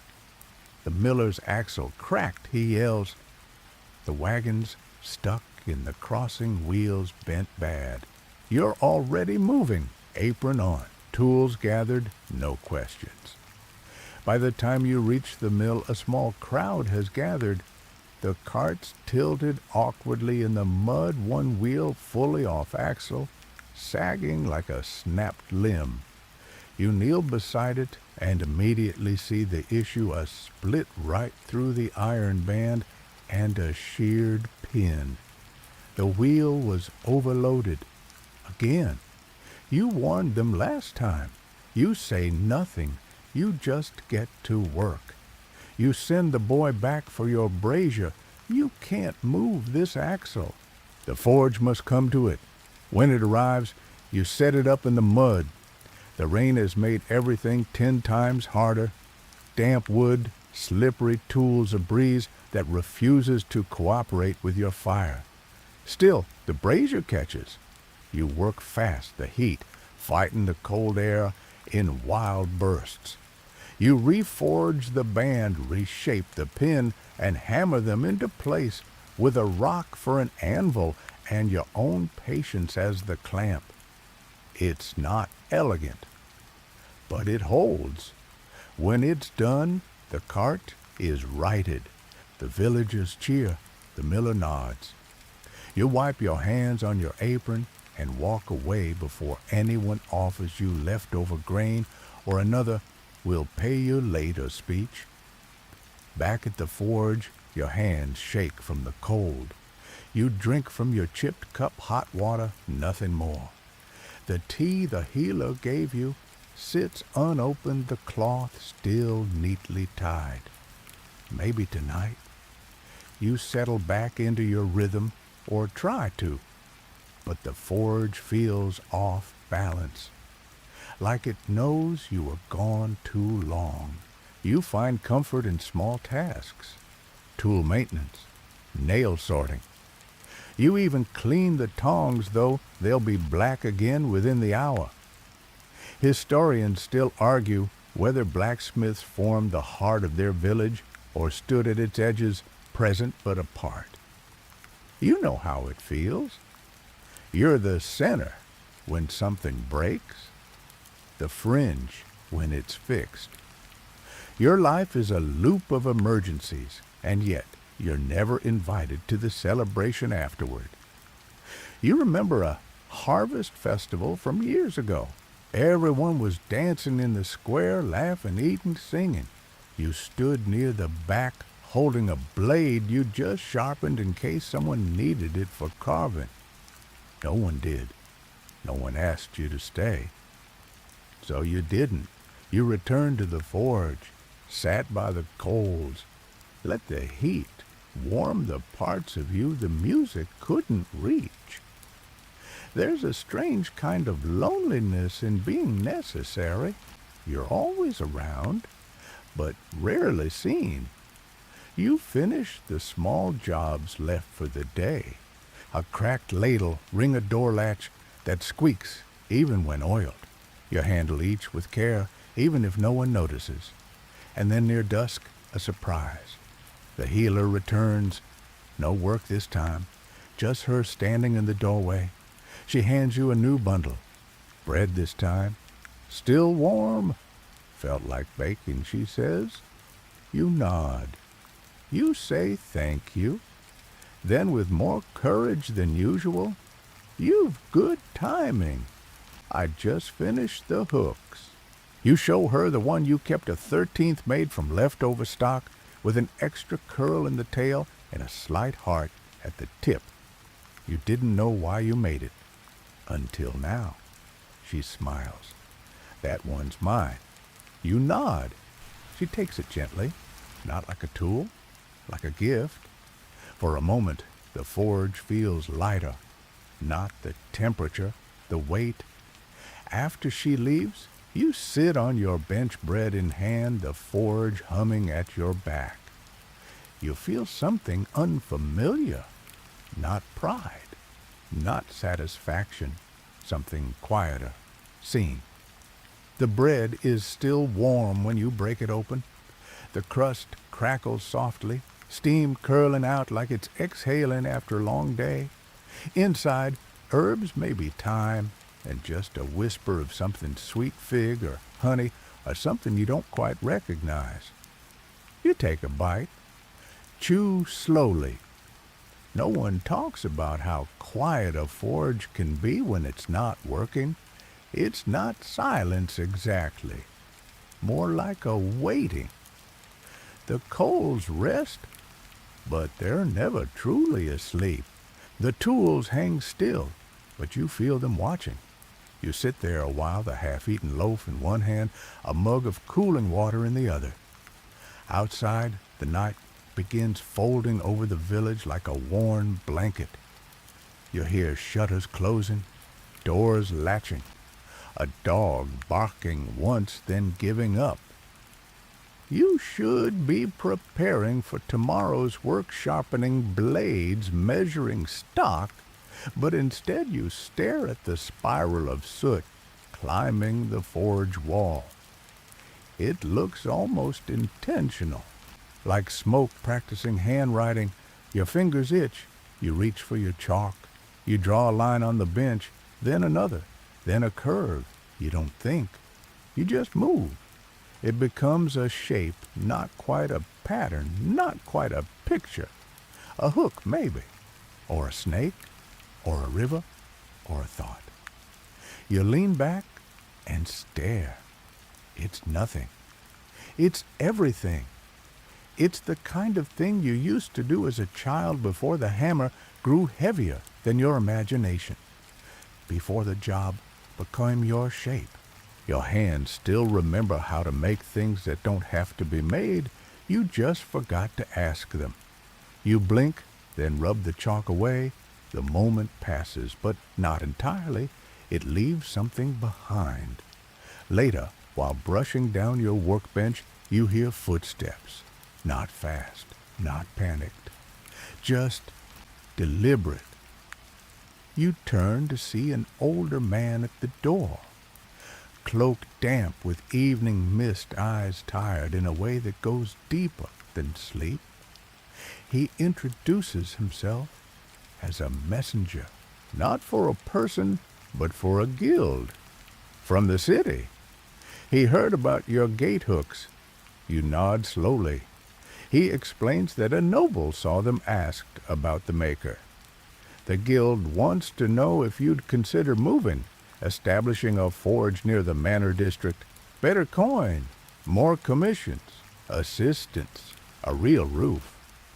The offer stuns you, not because of the invitation, but because you expected to never get one. You don't answer right away. He says he'll return in 3 days. He leaves a seal-stamped parchment and disappears into the dark. You stand in the doorway long after he's gone. Your apron smells like smoke and oil. Your arms are covered in soot. You haven't shaved in weeks, and your boots are more whole than leather. You, in the manor district, you laugh. A quiet one, dry. And yet, you look around the forge, every groove in the floor, every nail bent wrong and hammered flat again, every tool with a name only you know. Could you leave this historian still argue whether tradespeople ever truly escaped their station? Whether upward mobility was a myth or a miracle? You wonder if either matters. Sometimes staying is harder than leaving. You put the parchment on the bench beside your half-drawn chalk shape. You don't touch it again, not yet. Instead, you reach for the old hammer, your father's, and begin working on a piece you weren't asked to make. Not for sale, not for a client, not even for the healer, just something that's yours. You don't know what it is yet, only that it curves and spirals and feels like it belongs. The forge glows as you shape it. The sound of the hammer blends with the night. And for once there's no deadline, no order, no rush, just the rhythm, the fire, and you. You don't sleep much that night, not because of the usual aches or the sound of rain leaking through the eaves. It's the parchment, the offer. The idea that someone in a far-off manor, someone with rings and servants and a bath that doesn't double as laundry wants your work, your hooks. It's absurd, almost insulting. You've poured your life into armor hinges, swords, shoes, and what caught their eye was a curl of metal meant to hang a cloak. But still, they noticed. At dawn, you stand in the forge's threshold, looking at the tools like you've never seen them before. They're all where they should be. Tongs, hammers, chisels, lined up like soldiers waiting for orders. But they don't feel like extensions of you today. They feel like choices. The job this morning is basic 4 nails, a new latch, and a spit for roasting. The kind of work that barely counts as effort anymore. You finish it fast, methodically, and still your mind is back on the parchment. You unwrap it again, reread the same words. The seal is still unbroken, though you know what it promises. City wages, prestige, apprentices, supplies delivered by wagon instead of fetched by foot. But no familiar anvil, no hiss from your own barrel, no spider spinning between the shelf and the wall, no warmth that lingers after you've left for the night. You touch your father's hammer. It's chipped, slightly off balance, but it fits your hand better than your own name. You slide the parchment under a board on the bench, out of sight, for now. Midday brings a woman with a cradle frame needing mending. Her child's been sleeping on the floor since it cracked. You take the frame, examine the joints, and promise to have it back by dusk. As you work, something odd happens. You hum, not loud, not a tune, just a vibration in your throat that matches the strikes. It's not on purpose, it just happens. You catch yourself smiling and don't stop. Later, the healer returns, not for a job, just a conversation. She notices the forge feels different. You've cleaned, she says. You haven't, but you nod. You ask her what she'd do, about the offer. She doesn't answer right away. She walks to the anvil, runs a hand along its edge. Then she looks you dead in the eye and says, "Depends on whether you're chasing something new or running from what you've already built." You sit with that. She leaves. You pick up the cradle frame again. The break is clean. Old wood, weak grain, but the weld is good. It'll hold. You test it with your own weight. It creaks, but stays whole. You think about the child who'll sleep in it tonight, how they'll never know who fixed it, how their dreams might be softer because of your hands. Historians still argue whether blacksmiths were creators or repairers, builders of new things, or guardians of the old. You think that's the wrong question. You're both, and neither. You're someone who shapes the world just enough to keep it from falling apart. You eat late seated on the bench, chewing without thinking. The bread's gone stale. The tea sits untouched. You glance at the forge. The coals have gone soft and low, resting, like they're waiting for your answer. You rise. You pull out the secret piece you started last night, the one with no name, no purpose. You hold it in your hands. It's nothing. It's everything. A curl, a line, a gesture. You set it aside, not to hide it, not to finish it, just to let it breathe. And then just as the night settles over the village, you return to the fire. You don't know where you'll be in a week, a month, a year. But you know this, the forge is still warm. Your hands still work. And the metal still listens. The next day begins like a whisper, no knocking, no shouting, just the soft creak of wood, the hiss of morning mist on still warm coals, and the faintest scent of burned oil hanging in the air like an old memory. You stretch slower than usual, not from laziness, but from a kind of respect. The forge feels solemn today, quiet, but not empty, like it's waiting for something, or someone. You light the fire carefully, almost ceremoniously. The wood crackles to life, reluctant but obedient.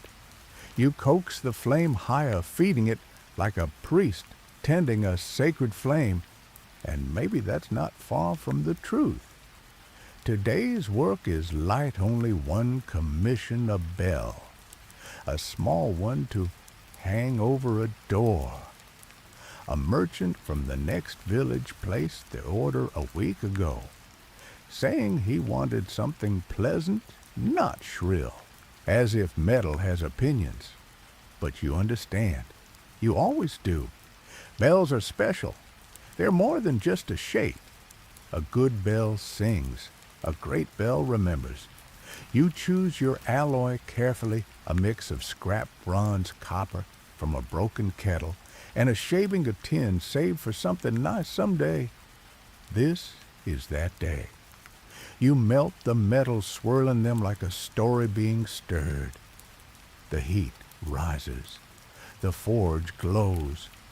And as you pour the mixture into the mold, you think about voices, not words, just presence, sound with soul. The bell cools slowly. You wait. You don't rush good sound. While you wait, you repair the rasp you bent 2 weeks ago and meant to fix, but kept forgetting.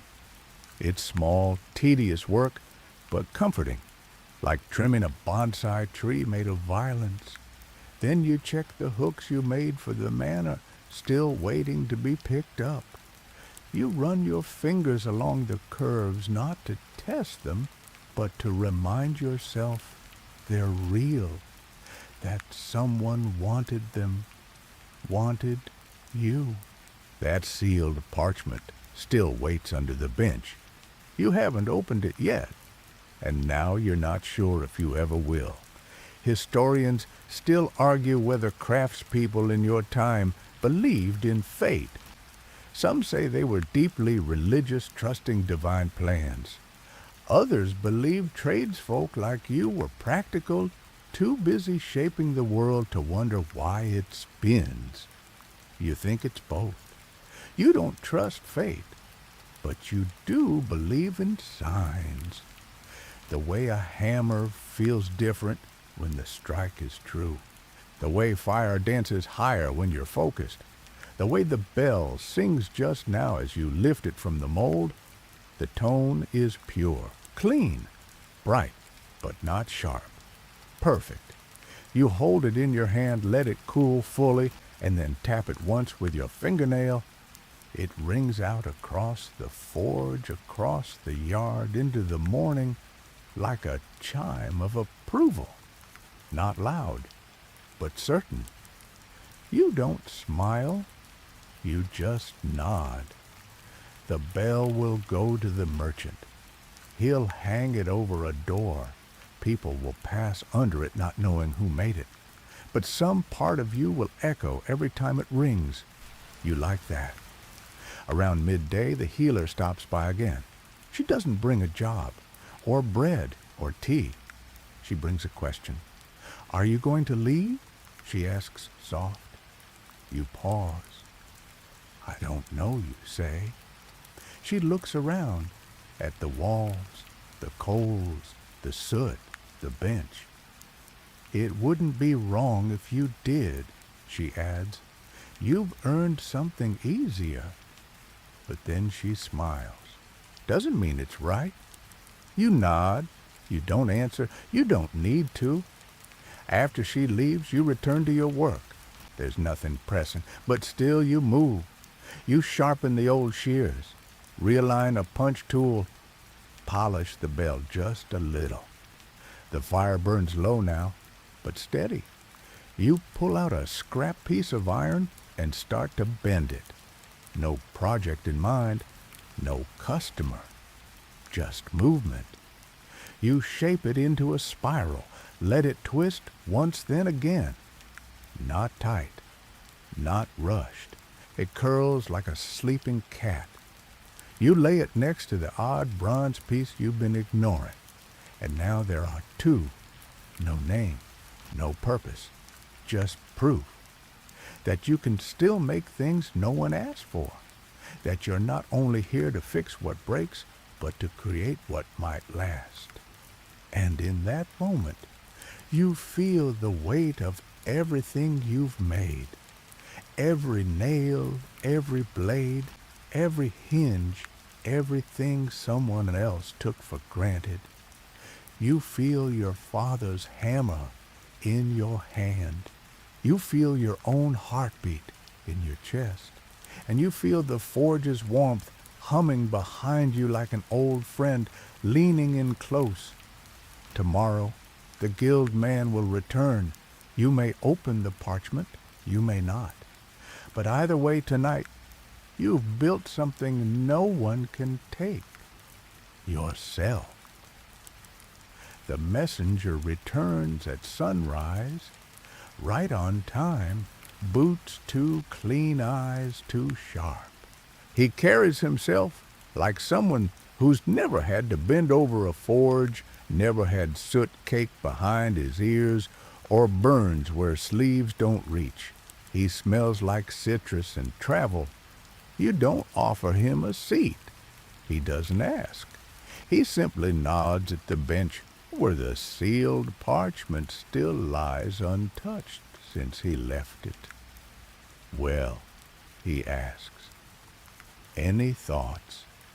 You look at him, then at the forge, then at your hands.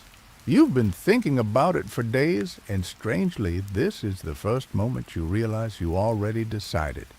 You reach for the parchment, not to open it, just to hold it. It's a good offer, you say. He smiles thinly. It is. You nod once. But I'm already where I'm meant to be. His smile falters for just a second, then he shrugs businesslike. I'll tell them you declined. You don't respond. You just set the parchment back down gently. It leaves a faint mark on the bench, like it sweated something important into the wood. He turns to leave, but before he reaches the door, he glances back. You could have had an apprentice, a real forge, a roof that doesn't leak. You smile this time, full and honest. I've got a forge, and the roof only leaks if it rains. He leaves. You don't watch him go. Instead, you walk to the anvil and place your hand on its surface. The metal is warm already, waiting, grateful. You exhale and light the fire. It catches like it always does. Because the forge doesn't care about city offers or noble clients. The forge only asks one question, are you ready to begin again? And you always are. You check your to-do list scratched into the wall beam. Half of it's illegible. Smudged charcoal water stains. Probably a chicken walked past while it was drying. You smile and pick one at random. The healer's gate latch. The old one sticks in the rain. She never asked you to fix it, but you heard it squeak every time she visits. So you make a new one. You don't rush. You shape the iron with a quiet reverence. Every tap is precise, measured, musical. Not like you're building something, like you're remembering something. You add a tiny twist at the end. Just a flourish. No one will notice, except you and maybe her. You polish it, not for shine, just enough to feel smooth in the hand. You wrap it in cloth and set it aside. The rest of the morning passes in slow rhythm. A pitchfork needs straightening, a wine hook needs re-riveting. You tend to both like a gardener pruning vines, not hurried, just steady. And then while cleaning your workbench, you spot the odd spiral you made 2 nights ago.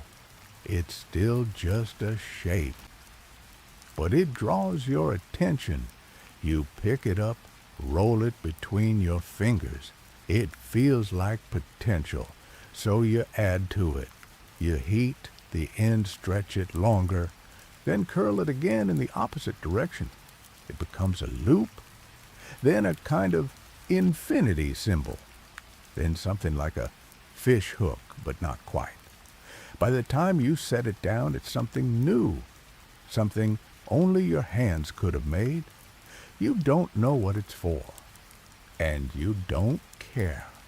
That night, after the last job is done, the tools are hung, and the coals are sighing their slow descent, you do something rare. You leave the forge door open, just a crack. You sit on the step outside, arms draped across your knees, watching the sky shift into ink. The stars emerge, timid at first, then bold.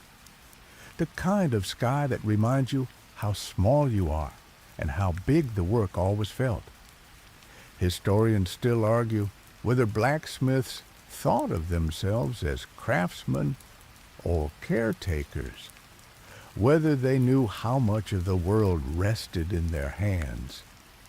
You're not sure what they thought, but you know this: every blade that held every door that didn't stick, every wheel that turned just right, it all passed through fire first, and that fire passed through you.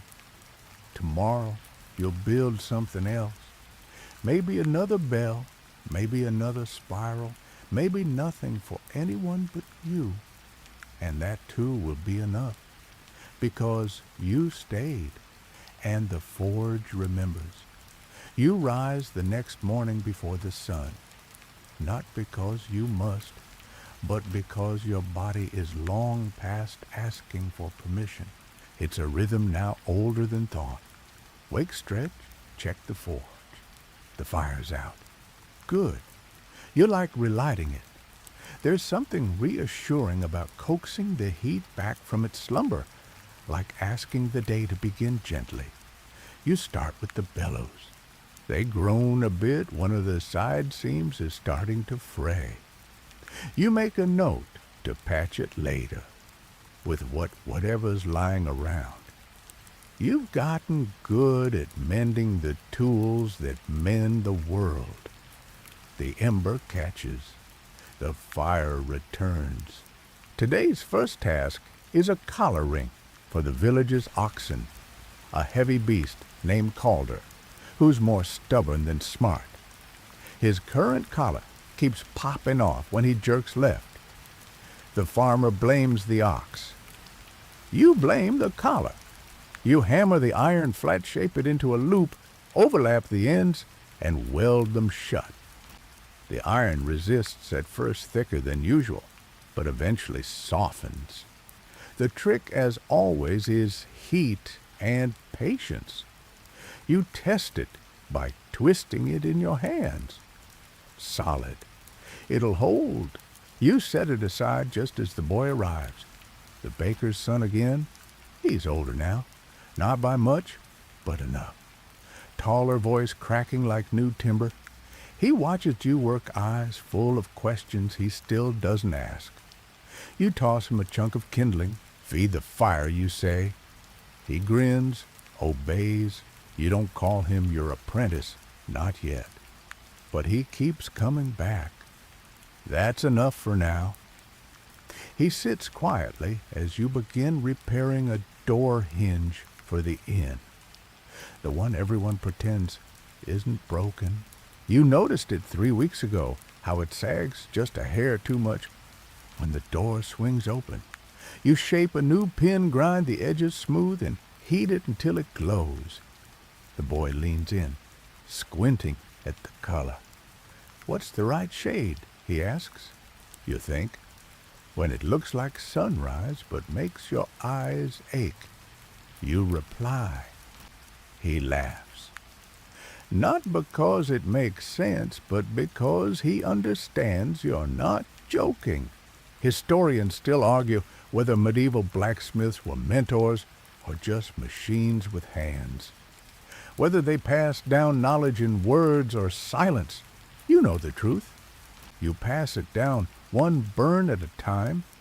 While the pin cools, you show the boy how to oil a rasp properly. He does it too fast. You say nothing. Let him learn. His hands are soft. His nails clean, not for long. Midday brings another visitor, the woodcarver. His chisel snapped again. You raise an eyebrow, not at him. He shrugs. It bites back. You repair the chisel with fewer words than last time.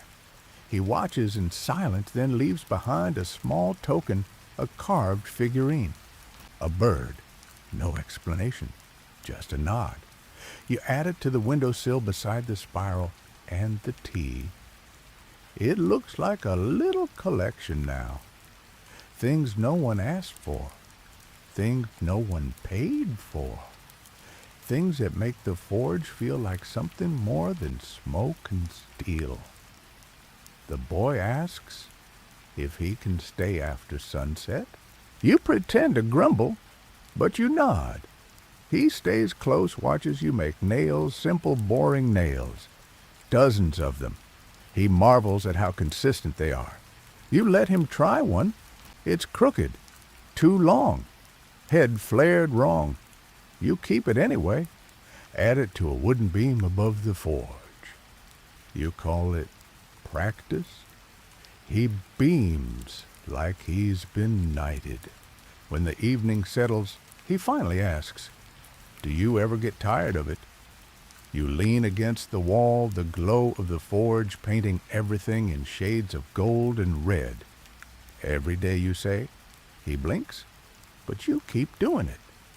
You look at the tools, the fire, the wall of crooked test nails of little gifts and secret shapes. Of course, you say, it's not about being tired, it's about doing it anyway. The forge hisses softly behind you. You hand the boy a wrapped bundle, his first pair of tongs, not new, just shortened, fitted for smaller hands. He clutches them like a sword. Really, you nod. You'll earn the hammer later. He grins, says thank you. You don't say you're proud. You don't have to. He leaves as the stars rise, the bundle cradled under one arm. You watch until he disappears down the path. And for a moment, the forge feels younger, like it remembers your first pair of tongs, the awkward grip, the fear, the spark of possibility. You return to the bench. One more nail before bed. Just one. It's straight, clean, perfect. But you hammer it crooked anyway, then hang it beside his. Because not all perfection is useful, and not all crooked things are broken. The morning feels heavier than usual, like the air is waiting for something to happen. Not storm heavy, just thoughtful. The kind of stillness that presses on your shoulders and makes every footstep feel like it might echo louder than it should. You begin the day with the latch for the chapel door. It's not a complicated piece, just a sliding bolt with a catch, but you handle it like you're making something sacred. Maybe you are. After all, people go to that chapel looking for answers, and a door that doesn't close properly never feels like a good omen. You shape the latch, slowly adding a bit of scroll work on the end.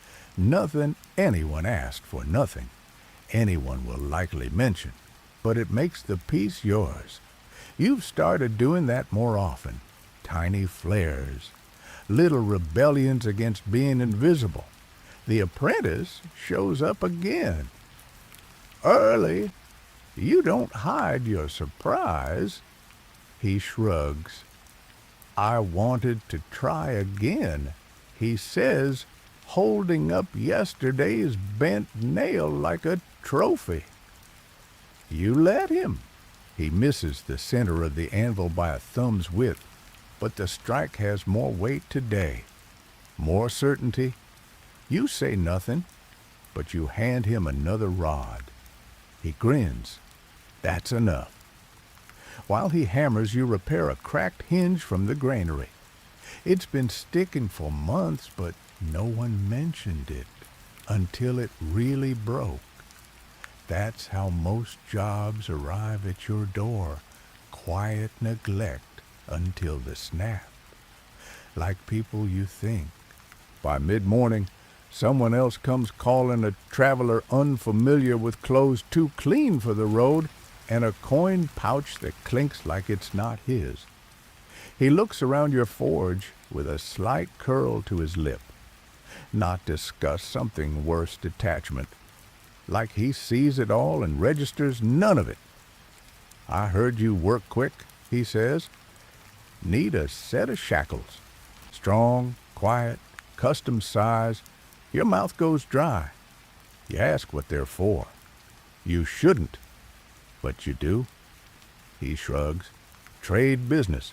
Cargo control. You stare at him. The air thickens. No, you say. He raises an eyebrow. You're refusing coin. You don't repeat yourself. He lingers a moment as if weighing your worth, then scoffs and leaves. No, thank you.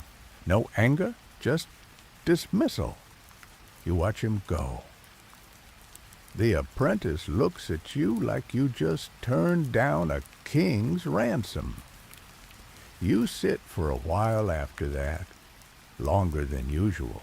You turn the bellows once, then twice, even though the fire doesn't need more air. Why not make them, the boy finally asks. You look at him. Then you answer, because not all metal should be shaped.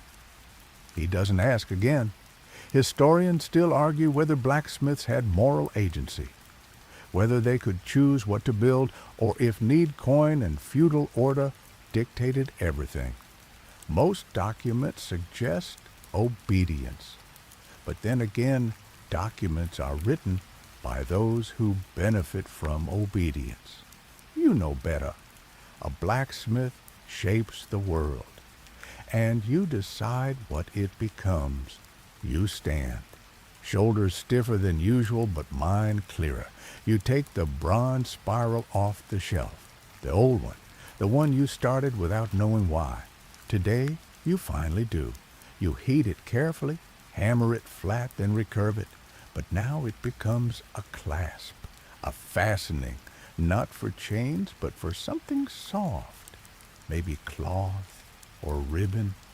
It feels like an answer. By the time it cools, it shines like an idea made real. You hand it to the apprentice for what he asks. Anything you want to hold gently, you reply. He holds it with both hands like it's glass. The afternoon quiets. You return to your own work. A fire grate, a spearhead, a dozen nails. The world doesn't stop turning, but it does notice. By sunset, the messenger's words echo faintly again. The city, the guild, the roof that doesn't leak. And you realize something. You don't want a new forge. You want this one seen, not changed, not polished, acknowledged. You step outside just before nightfall. The stars blink through the blue. Someone's singing off-key from the tavern. A goat bleats like it's got complaints. And behind you the forge glows like a lighthouse that never stops burning. You lean on the doorframe, soot-smudged, bone-tired, and exactly where you belong. You didn't shape the world today, but you stopped someone else from warping it. And that's enough. The forge is quiet this morning, not just still, but deeply, thoughtfully quiet. You step inside and feel it instantly, that soft hum beneath your boots, like the building itself has exhaled. It's not tired, just resting, like it trusts you to take the lead today. You light the fire slower than usual, letting the flame grow on its own terms. The air is cool, the light outside hazy, and the town hasn't fully woken up yet. You like this moment, the one where nothing is broken, no one is knocking, and the world hasn't decided yet what it wants from you. You decide to finish something you started a month ago, and then tuck behind the coal bin a wall sconce for the chapel. No one commissioned it. You just got tired of seeing them try to light candles in that drafty alcove. You'd forgotten how elegant the piece was, simple lines, but good symmetry. You clean the curved sand out the last nick and forge a tiny rose-shaped cradle for the wax base. Not because anyone will notice, because you will. As it cools, you glance up at the crooked nail beam. It's filling up. There are 20-something nails now, each bent in a different way. Some from the apprentice, some from you. One from the healer when she tried the hammer just once. She laughed so hard she cried. You kept the nail. The apprentice arrives without a word. He just nods, picks up a file, and starts working. That too is progress. He's still too fast. But he's quieter now, focused. There's a rhythm developing in him. You don't say much as the day rolls forward. A broken pothook. A rivet popped loose from an ox cart. One of the church bells lost a bolt. You replace it all without drama. Your hands move with muscle memory that's almost ancient now. But in the early afternoon, a strange request arrives. A letter folded into thirds, no wax seal, just a plain bit of twine tying it closed. You untie it, slowly. The handwriting is deliberate but shaky. It's from an old man you barely remember, a merchant who once brought you a pile of broken hinges 10 years ago. In the letter, he explained that he's nearing the end of his life, and he wants a small plaque forged. Nothing grand, no gold, no flourishes, just a name, 2 dates, and the words, "He was steady." You sit with that for a long time. It's not a monument, it's not a statue, it's a sentence he's asked you to make real. You heat the metal, flatten the plate, and begin etching the letters with tools that barely get use anymore. You measure each stroke like you're shaping breath itself. He was steady. You think about what that means. Not brilliant, not famous, not even kind. just reliable, unmoving in the right ways. Still, when it mattered, you finish the plaque and leave it in the cooling rack. You don't wrap it. You don't polish it. It should feel like the man it's for. Historians still argue whether blacksmiths were admired or merely endured, whether they were vital artisans or background noise. You think of the merchant planning for death asking you to write the last word on him. Maybe the question isn't how others saw you. Maybe it's who trusted you when it mattered. That evening, the apprentice holds up a new nail, straight, clean, even-headed. His best yet. You take it. Look at it. Then slowly walk over and tap it into the beam beside the crooked ones. He stares confused. That one's not broken. You shrug. Doesn't have to be. It's part of the story. He grins wider than he has in weeks. You stoke the fire one last time. The coals are red and calm. They'll sleep tonight. You step outside, and the wind is just a breath. Nothing fierce, just enough to remind you you're alive. You look out at the village.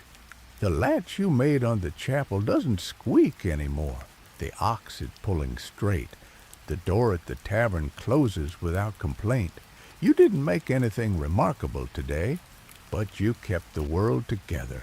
One bolt, one hinge, one nail at a time. And tomorrow you'll do it again. Because maybe you're not meant to be remembered in stories or carved into statues. Maybe you're meant to be remembered in the things that never broke. Because you were there. Because you were steady. Some mornings the forge feels like a cathedral, not because of the size or the silence, but because of the weight in the air. Not physical, not smoke, just presence. Like the building itself remembers something you haven't yet earned the right to know. You step inside and bow your head slightly, not in prayer, just out of habit. A quiet nod to whatever it is that lives in this place with you. The day's work starts with a sword. Not a war blade, just a ceremonial piece. The steward from the next town over sent a rider to commission it for some kind of coming-of-age event. It doesn't need to be functional, just beautiful. You don't love jobs like this. They're like painting over stone, all shine, no substance. Still the pay is decent and the materials are good. You unwrap the iron bar, run your fingers along its length. Smooth, even, no visible flaws, but that's always the trick. Bad metal hides its mistakes. You heat it anyway, and as the orange glow blooms, you close your eyes, just for a moment, just to remember what you're shaping. This blade won't save anyone, won't split a shield or strike an enemy, but it will be held in someone's hands. It will become a symbol, and symbols, well, they can carry more weight than steel. The apprentice watches you work. Today, he doesn't interrupt, just observes. That's a sign of learning. You draw the sword out, flatten the spine, then start the edge. You don't overdo it. It's meant to gleam, not kill. When it's shaped and cooling, you reach for the hilt. That's where the beauty hides. You carve the handle yourself, oak and leather. You add a small spiral near the cross guard. The same spiral from the bronze clasp.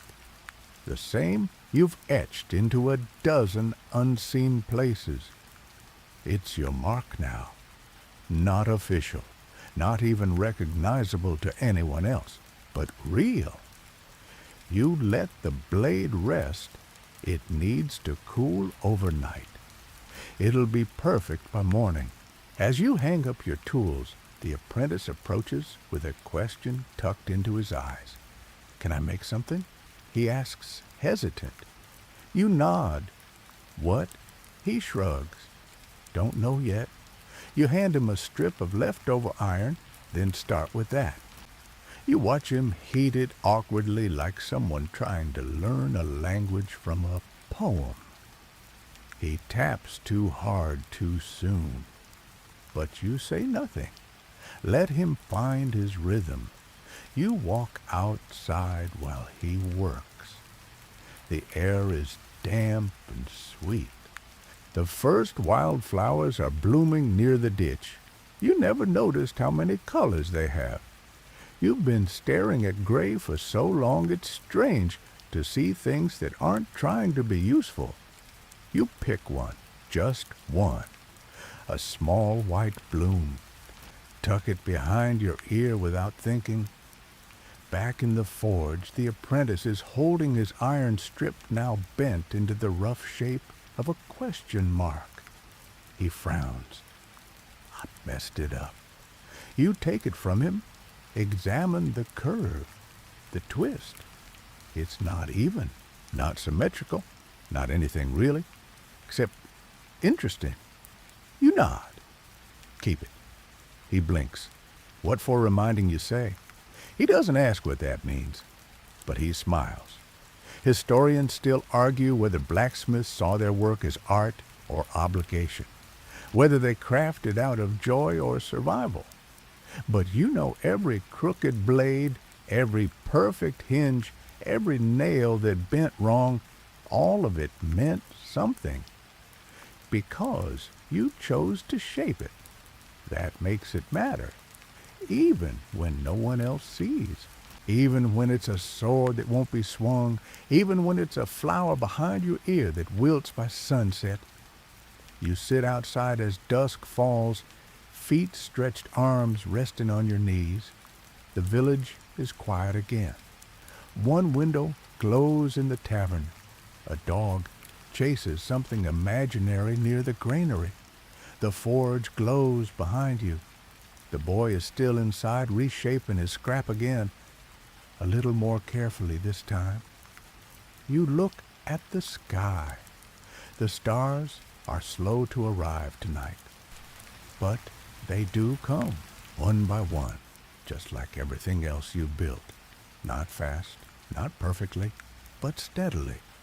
You sleep deeply that night, dreamless still, the kind of sleep that settles into your bones like warm coals into ash. When you wake, the forge hasn't even begun to stir. The world is still yawning. The apprentice is already outside waiting near the door, holding his bent iron question mark like it's a relic. You let him in without a word. His boots scuff softly against the stone as he takes his place at the far bench. He doesn't ask for instruction. That's new. You light the fire. The bellows wheeze, once then fill like lungs, remembering how to breathe. Today's task is different. A burial spike. It's not often requested, but when it is, you take your time. A man has passed in the next village, not noble, just a carpenter. A good one, apparently. Built a dozen homes. His family wants to place a forged spike in the ground at the foot of his grave, something that won't rot, something that will stay. You hold the iron for a long time before shaping it. There's no rush when making something meant to outlast grief.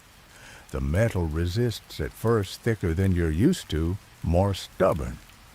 But that feels appropriate. A carpenter who worked with wood his whole life deserves something that puts up a fight. You shape the head into a long, flat curl. Not sharp, not decorative, just honest. Something you could press your palm against without flinching. You punch the initials in with slow, steady taps. The letters are uneven, not ugly, just human. The apprentice watches. He doesn't ask who it's for. He doesn't have to. He brings you a cloth without being told, then sweeps the corner near the ash bucket, humming to himself. You realize you haven't heard his voice much before. It's not bad. He hums like someone who doesn't know he's doing it. When the spike is finished, you set it aside to cool. You leave it unpolished. The shine isn't the point. You take a break not out of laziness, but necessity. Your shoulder has been stiff for 3 days now, and the left side of your neck feels like a knotted rope. You sit on your stool and stretch, wincing. The apprentice sees, but pretends not to. You're grateful. He brings you tea, the old bundle from the healer. You'd forgotten it was still there. He's already boiled the water. You drink it slowly, expecting bitterness, but it's mild, earthy, a little sweet at the end, like it forgives you for waiting so long. You chuckle quietly to yourself. Even your tea has patience. Historians still argue whether trades like yours built culture or merely supported it, whether the smith was central to village life or simply behind the scenes. But they never saw a burial spike. They never tasted tea that forgives. They never bent over a fire that remembers your name. The day moves on. You repair a bucket handle, file a gate hinge, adjust the apprentice's grip on the hammer. He's getting stronger. His swing no longer bounces. He hits with intent now. You offer him your backup hammer, not the family one, but close. His eyes widen. He holds it like it's made of glass, then nods solemnly. You don't say you've earned it. He knows. You end the day with an odd little job, a horseshoe that needs to be turned into a charm. Not for use, for hanging over a door. The owner insists it must face upward to catch the luck. You shape the curve carefully, buff the edges, and punch a hole in each tip. As you work, the apprentice asks, "Do you believe in luck?" You stop hammering. Think about it. "Not really," you say. "But I believe in choice." He nods. "Me too." You give him the charm to hang on the shop door. He smiles, hangs it backward by mistake. You don't correct him. Sometimes letting the luck spill out is the better blessing. As night falls, you hand off the burial spike to the courier. You wrap it in thick cloth and include a small note unsigned. It will not bend. He nods and leaves without a word. You and the apprentice sit outside for a moment, watching the last light fade from the windows across the village. "You ever think of stopping?" he asks. You crack your knuckles, glance back at the forge, sometimes, and then you shrug. And then someone needs a nail. He grins. You both fall quiet. The coals glow through the cracks in the forge wall, like a heart still beating, like a promise not yet fulfilled. And as the stars bloom overhead, you realize something. You haven't just been shaping metal all these years.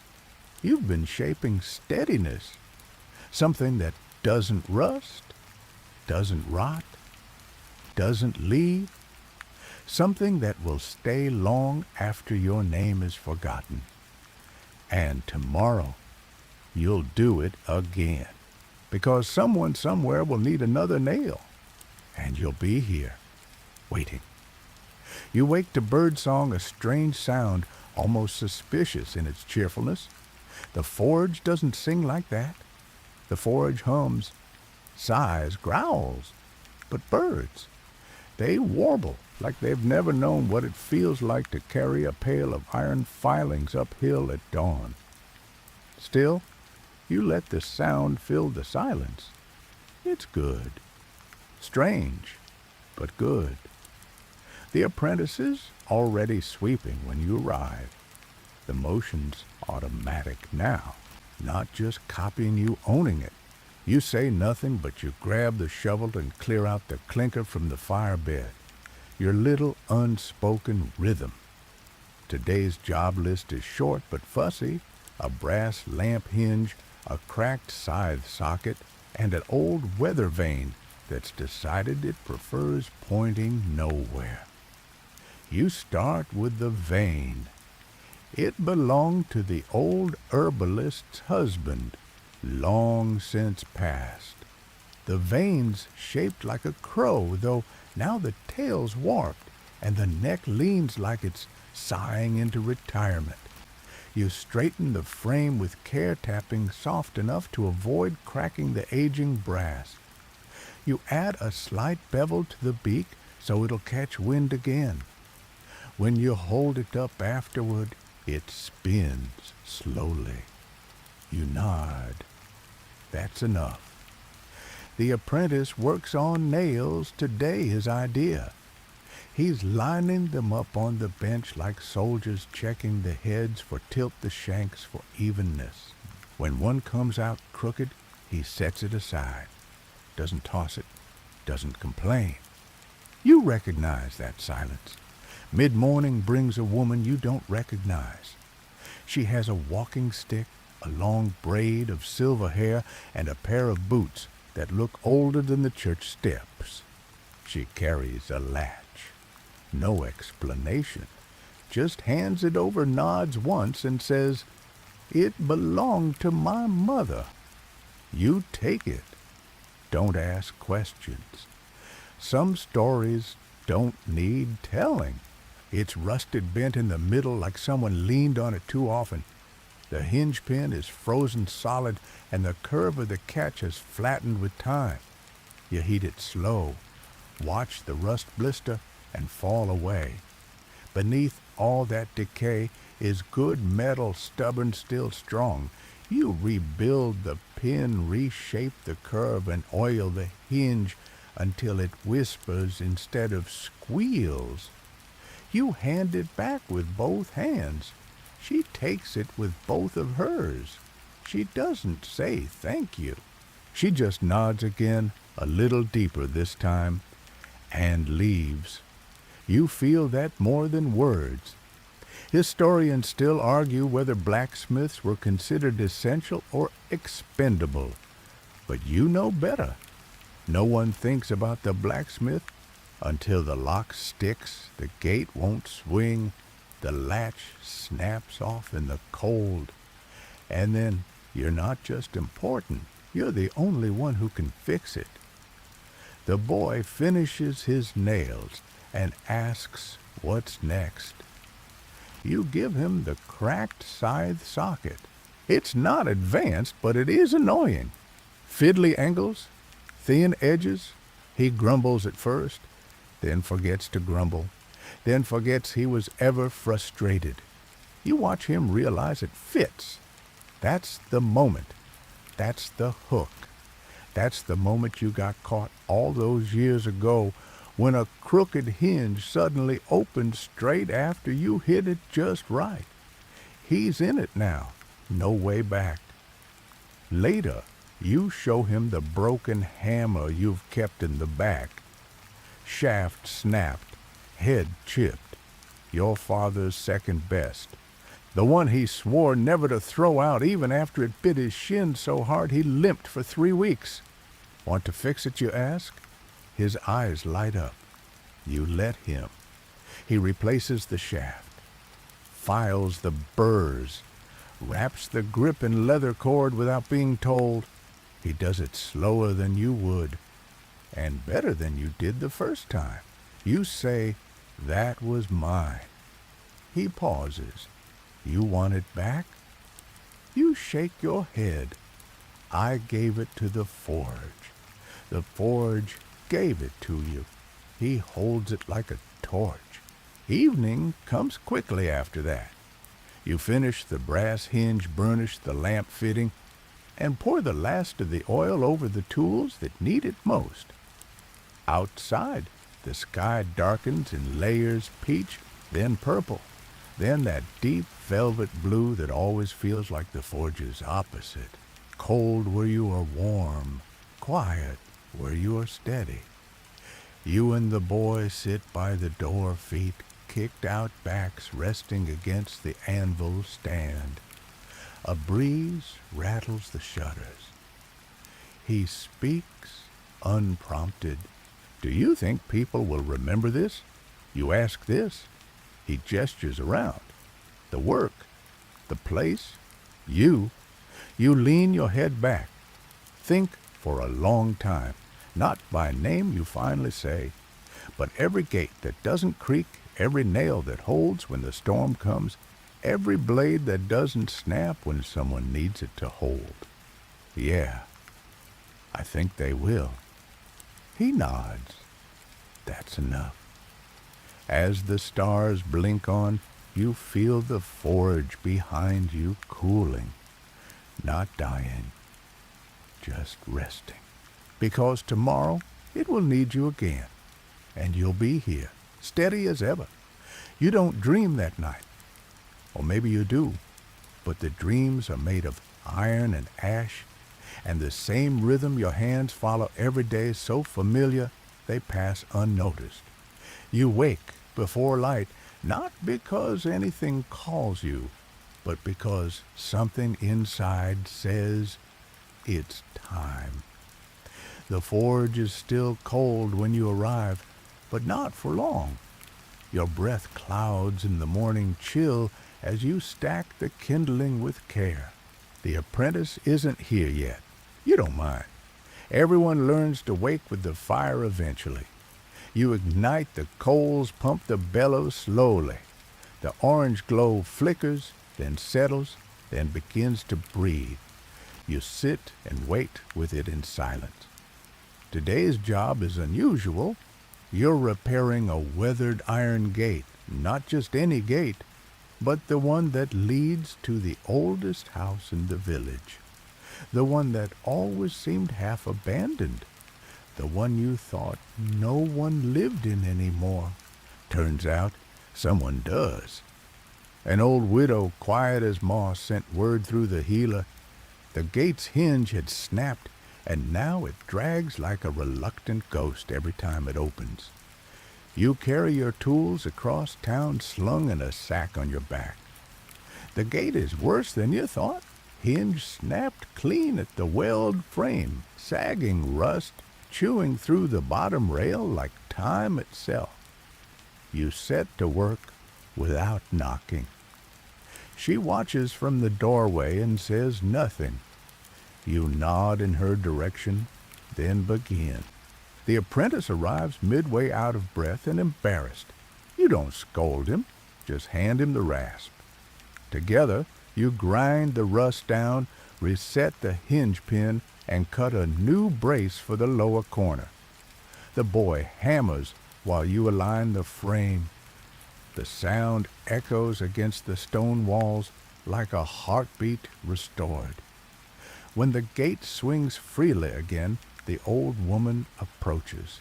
She runs her hand along the edge, not to test your work, just to feel it. Then she does something unexpected. She reaches into her apron and presses a small pouch into your hand. It clinks. You open it later and find not coin, but a silver thimble polished smooth from decades of use. You don't return it. You understand it. You head back to the forge with the apprentice in tow. His shoulders are straighter now. His silence less uncertain, more respectful. Historians still argue whether medieval blacksmiths ever traveled or if they were rooted like trees.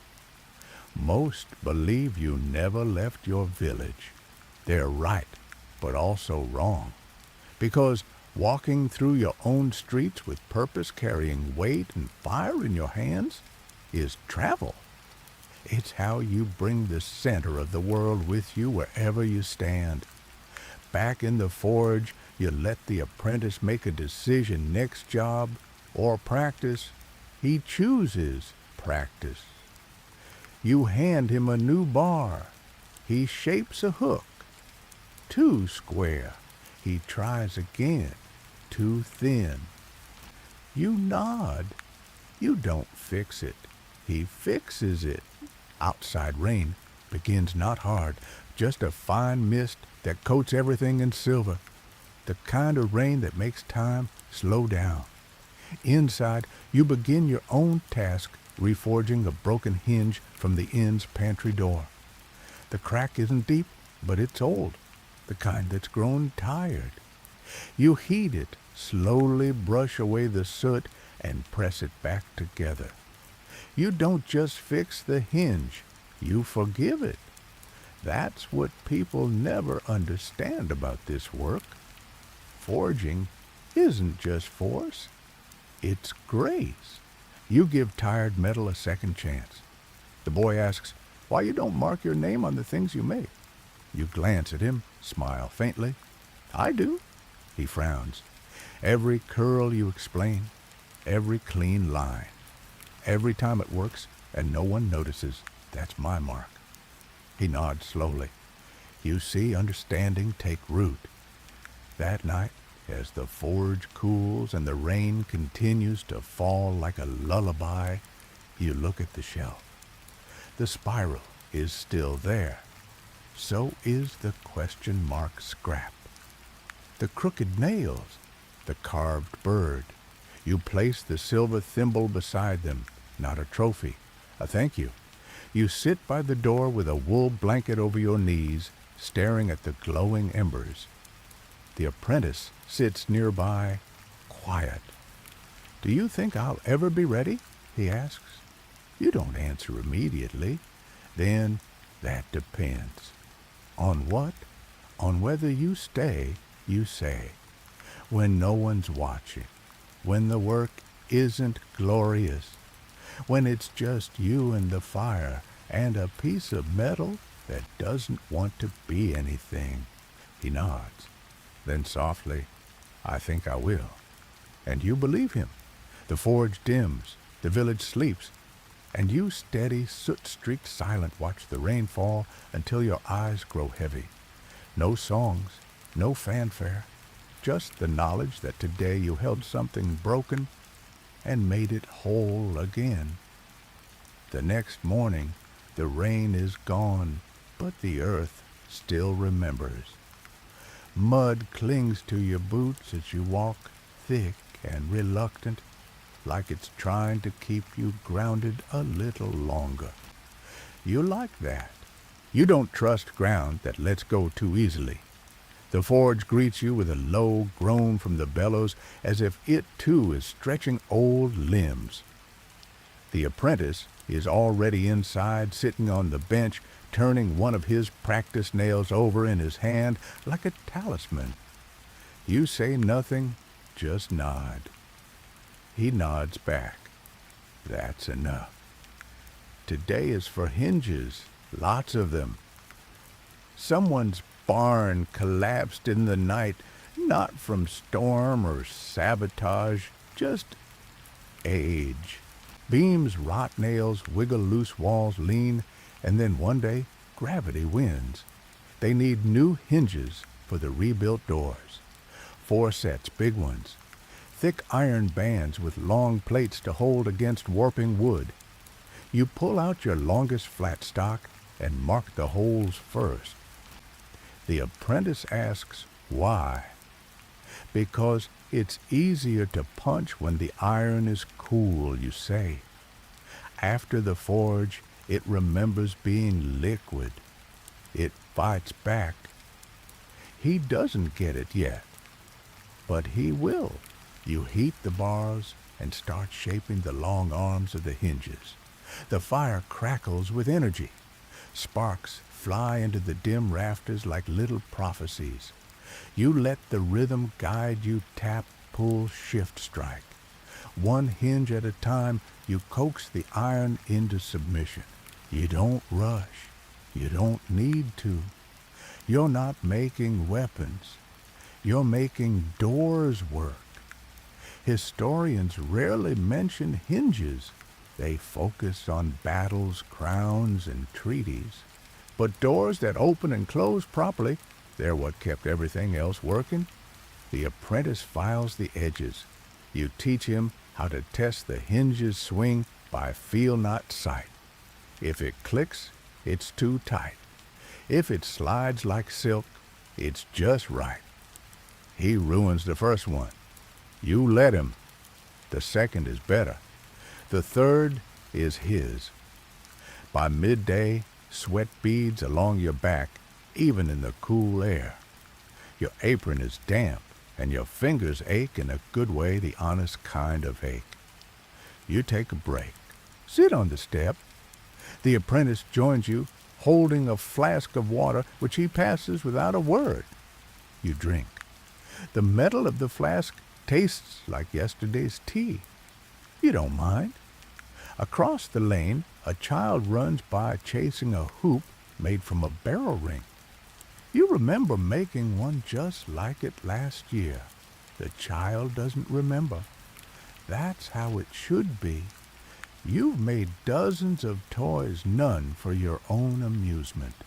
Horseshoes for toddlers, rattles even a tiny iron duck that squeaks if you rock it just right. You made that one for the healer's niece. None of them lasted long, but that was never the point. You finished the last hinge just as the sun dips behind the chapel roof. You test each one, hold them in your hands. They feel right, weighted, solid, humble. The apprentice packs them in burlap and ties the ends without being told. His knots are still sloppy. You don't say anything. The hinges won't care. Later, when the forge is cooling and the tools are hung, he asks something he hasn't before. Did you ever want more? You don't pretend not to understand. You think about the guild offer, the city forge, the apprentices, the gold-trimmed commission sheets. You think about being remembered. Then you look around at the crooked nail beam, the soft hiss of sleeping coals, the small spiral that still sits on the bench, at the apprentice beside you who once burned his fingers holding tongs upside down. I want a different, you say, but not more. He thinks about that. It settles in him like heat in iron, slow but certain. You hand him the old rasp you've been hiding in the back. It's worn thin, barely bites anymore. Sharpen it, you say. Is it worth saving? You shrug. Maybe not. He understands. Begins filing. As the stars return and the village tucks itself into beds and straw mats and blankets near fires, your forge glows faintly behind you. Not for warmth, not even for light. Just to say we're still here, and that's enough. Because tomorrow, someone will knock with something broken. And when they do, you'll be ready, with your apron on, your tools in hand, and no questions asked. It's quiet again this morning, not the soft, sleepy quiet of early dawn, but the kind that feels intentional, like the village has collectively decided to hold its breath. You notice it as soon as you open the forge door. The bellows seem to wheeze more softly. The tools hang stiller than usual. Even the dust in the rafters seems suspended in thought. You light the fire anyway. You always do. Today's commission is rare. A sword. But not a decorative one. This is for someone who intends to use it. The steward from 2 villages over sent the request, a young man preparing to enter the Lord's service. The letter was formal, but the attached coin pouch spoke clearly. He wants something reliable. You pull down the steel from the shelf. It's good stock, clean, strong, responsive. Not all steel sings when you heat it, but this bar hums before the flames even lick its edge. You flatten it slowly, elongate it, then begin the first drawing of the blade. Each strike is deliberate. The apprentice watches from the side, silent, knowing not to interrupt the first shaping. You show him how the grain of the metal forms, how to follow it, not fight it. How to let the blade decide where it wants to go. Isn't it just hitting it into shape, he asks. You stop. Hold the red-hot bar in your tongs like a question. It's not about force, you say. It's about listening. He nods, doesn't ask again. The blade takes hours. You hammer, reheat. Hammer again. You quench it slowly, not all at once, cooling the spine first, letting the edge harden last. It's a trick your father taught you. Keeps the blade strong but not brittle. Historians still argue whether blacksmiths understood metallurgy or if they simply stumbled through centuries of trial and error. You know the truth. You don't need words for grain structure or carbon content. You need experience and hands that have burned enough times to learn where to stop. The blade emerges straight, lean honest. No ornament, no gold, just balance. The apprentice traces a finger over the tang. Are you going to add your mark? You shake your head. This isn't mine, but you do add one thing on the underside of the guard hidden from sight. A single spiral etched with a file tip no bigger than a fingernail. It's not a signature, it's a whisper. The hilt is leather wrapped. Oak core simple guard, no gems. You finish it with beeswax and smoke it over the forge until it feels like it belongs in the world. When it's done, you hand it to the apprentice. He lifts it with both hands. The blade doesn't shine. It doesn't need to. You think he'll win his battles, he asks. You shrug. That's not my part of the story. You package the sword in cloth not showy, just respectful. It'll travel by cart in the morning.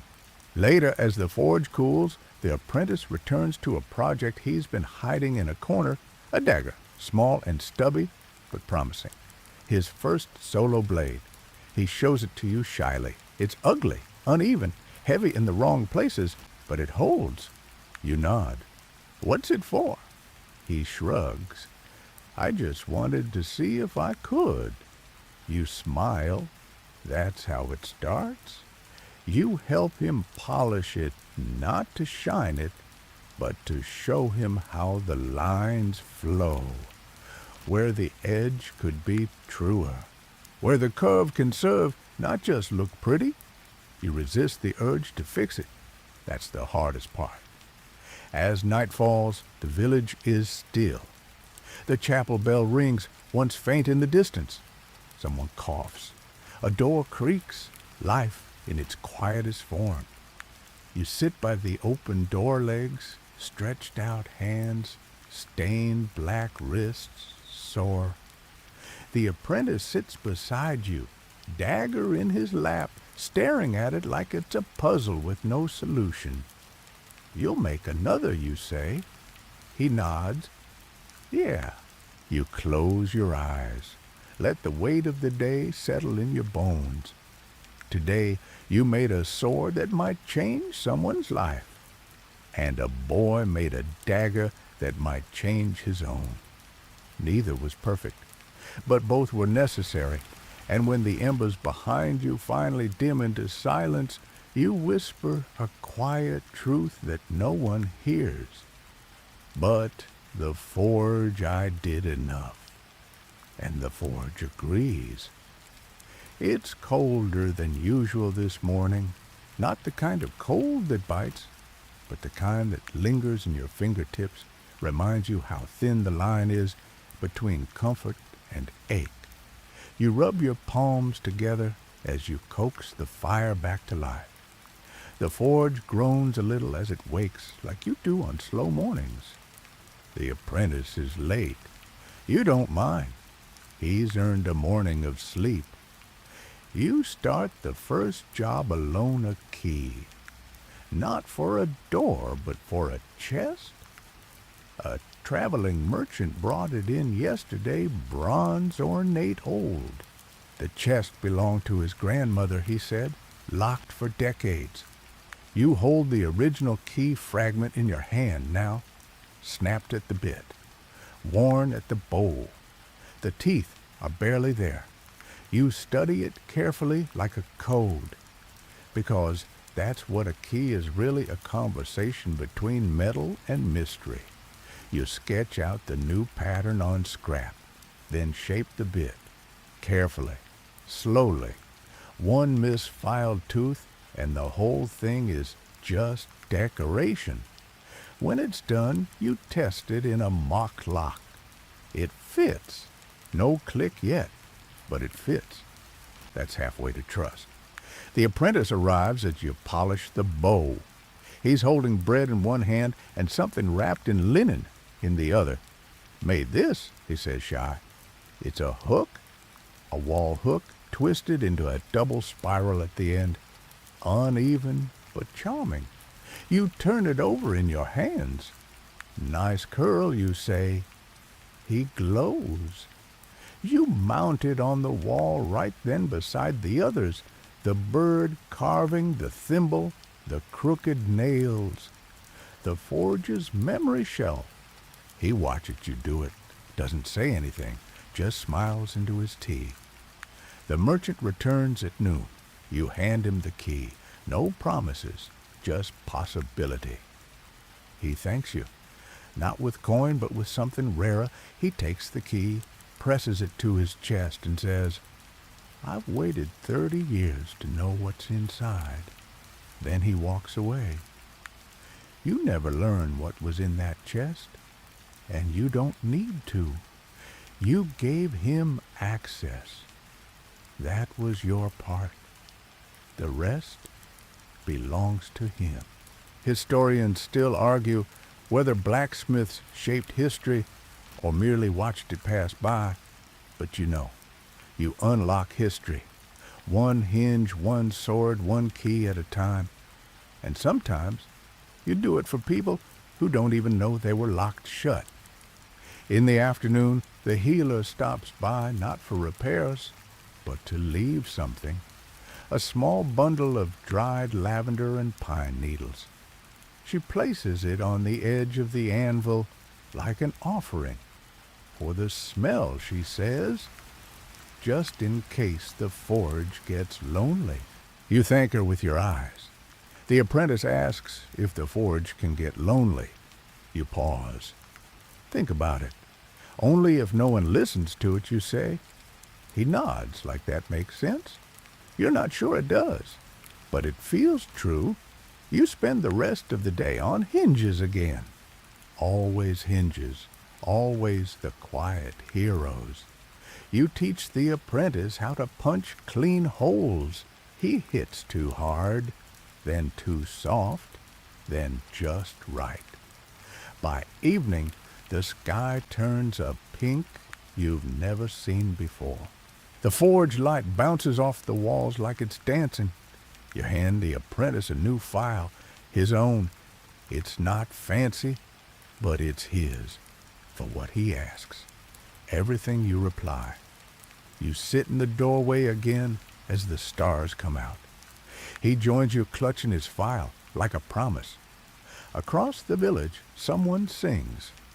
A lullaby, maybe. You can't hear the words, just the melody. You close your eyes. Today, you made a key and gave one away. Both will open something. You don't know what yet, but you'll be here when they return. The first frost arrives overnight, painting every surface in the village with a thin silvery edge. The forge roof glistens. The grass crackles under your boots. Your breath puffs out in little clouds like the earth itself is sighing through you. The apprentice is already waiting, huddled near the embers, hands cupped around a mug of something hot. You don't ask what it is. It smells like thyme and burnt honey. Probably tea. Probably terrible. He grins anyway. You strike the flint. The forge stirs. Today's job is armor. Shoulder plates for a knight who probably won't use them. Just another performance of power, another pageant. But even ceremonial armor has to move, has to bend, or the wearer will feel like they're drowning in metal. You select the sheets, thin but tough, and begin rounding the pauldrons. The apprentice watches closely as you shape the curve, explaining how each bend must follow the body, not fight it. Good armor doesn't make you stronger, you say. It lets you stay strong longer. He nods, thoughtful. He gets it. You work in near silence. The apprentice starts filing a knife, blanks something he's been shaping in secret. You let him. His hands are sure now. No more guessing. Mid-morning brings an unusual visitor. The miller's wife, arms crossed, jaw set. She drops a warped skillet on your bench with a clatter. I tried to fix it, she says. You look it over. The base is curved like a hill. Probably put it on the fire when it was cold, let it warp in the heat. You nod. You made it worse. She raises an eyebrow. Can you make it better? You grin. Always. She snorts and walks off. You press the pan flat again, slowly. The trick is not brute force. It's pressure, patience, and heat. The skillet doesn't scream or protest. It just relents. You give it back by noon. She doesn't thank you. But she leaves 2 oat cakes on the step. Still warm, still soft. That's plenty. You eat one, hand the other to the apprentice. He devours it like a starving wolf. While he chews, he asks a question you weren't expecting. What happens when you can't do this anymore? You pause. Your jaw works. You finish the bite before answering. I won't stop because I'm tired, you say. I'll stop when the work stops needing me. He frowns. But doesn't it always need someone? You nod slowly. That's the point. He doesn't reply. But you see the weight of the thought settle in his shoulders. You hand him the half-finished knife blank. Finish it. He hesitates. It's not good yet. Exactly, you say. Neither are you. But that doesn't mean you wait. He works in the background while you finish the armor. You shape the curves. Add a small ridge along the edge. Nothing dramatic. Just enough to catch the light. You punch 2 holes in the top corner for lacing, and before you think twice, etch a spiral near the rim. You haven't done that on a commission piece before, but it feels right. The apprentice sees it, doesn't ask. He knows now the spiral is a mark, yes, but more than that, it's a promise, a return, a coil that always loops back into itself.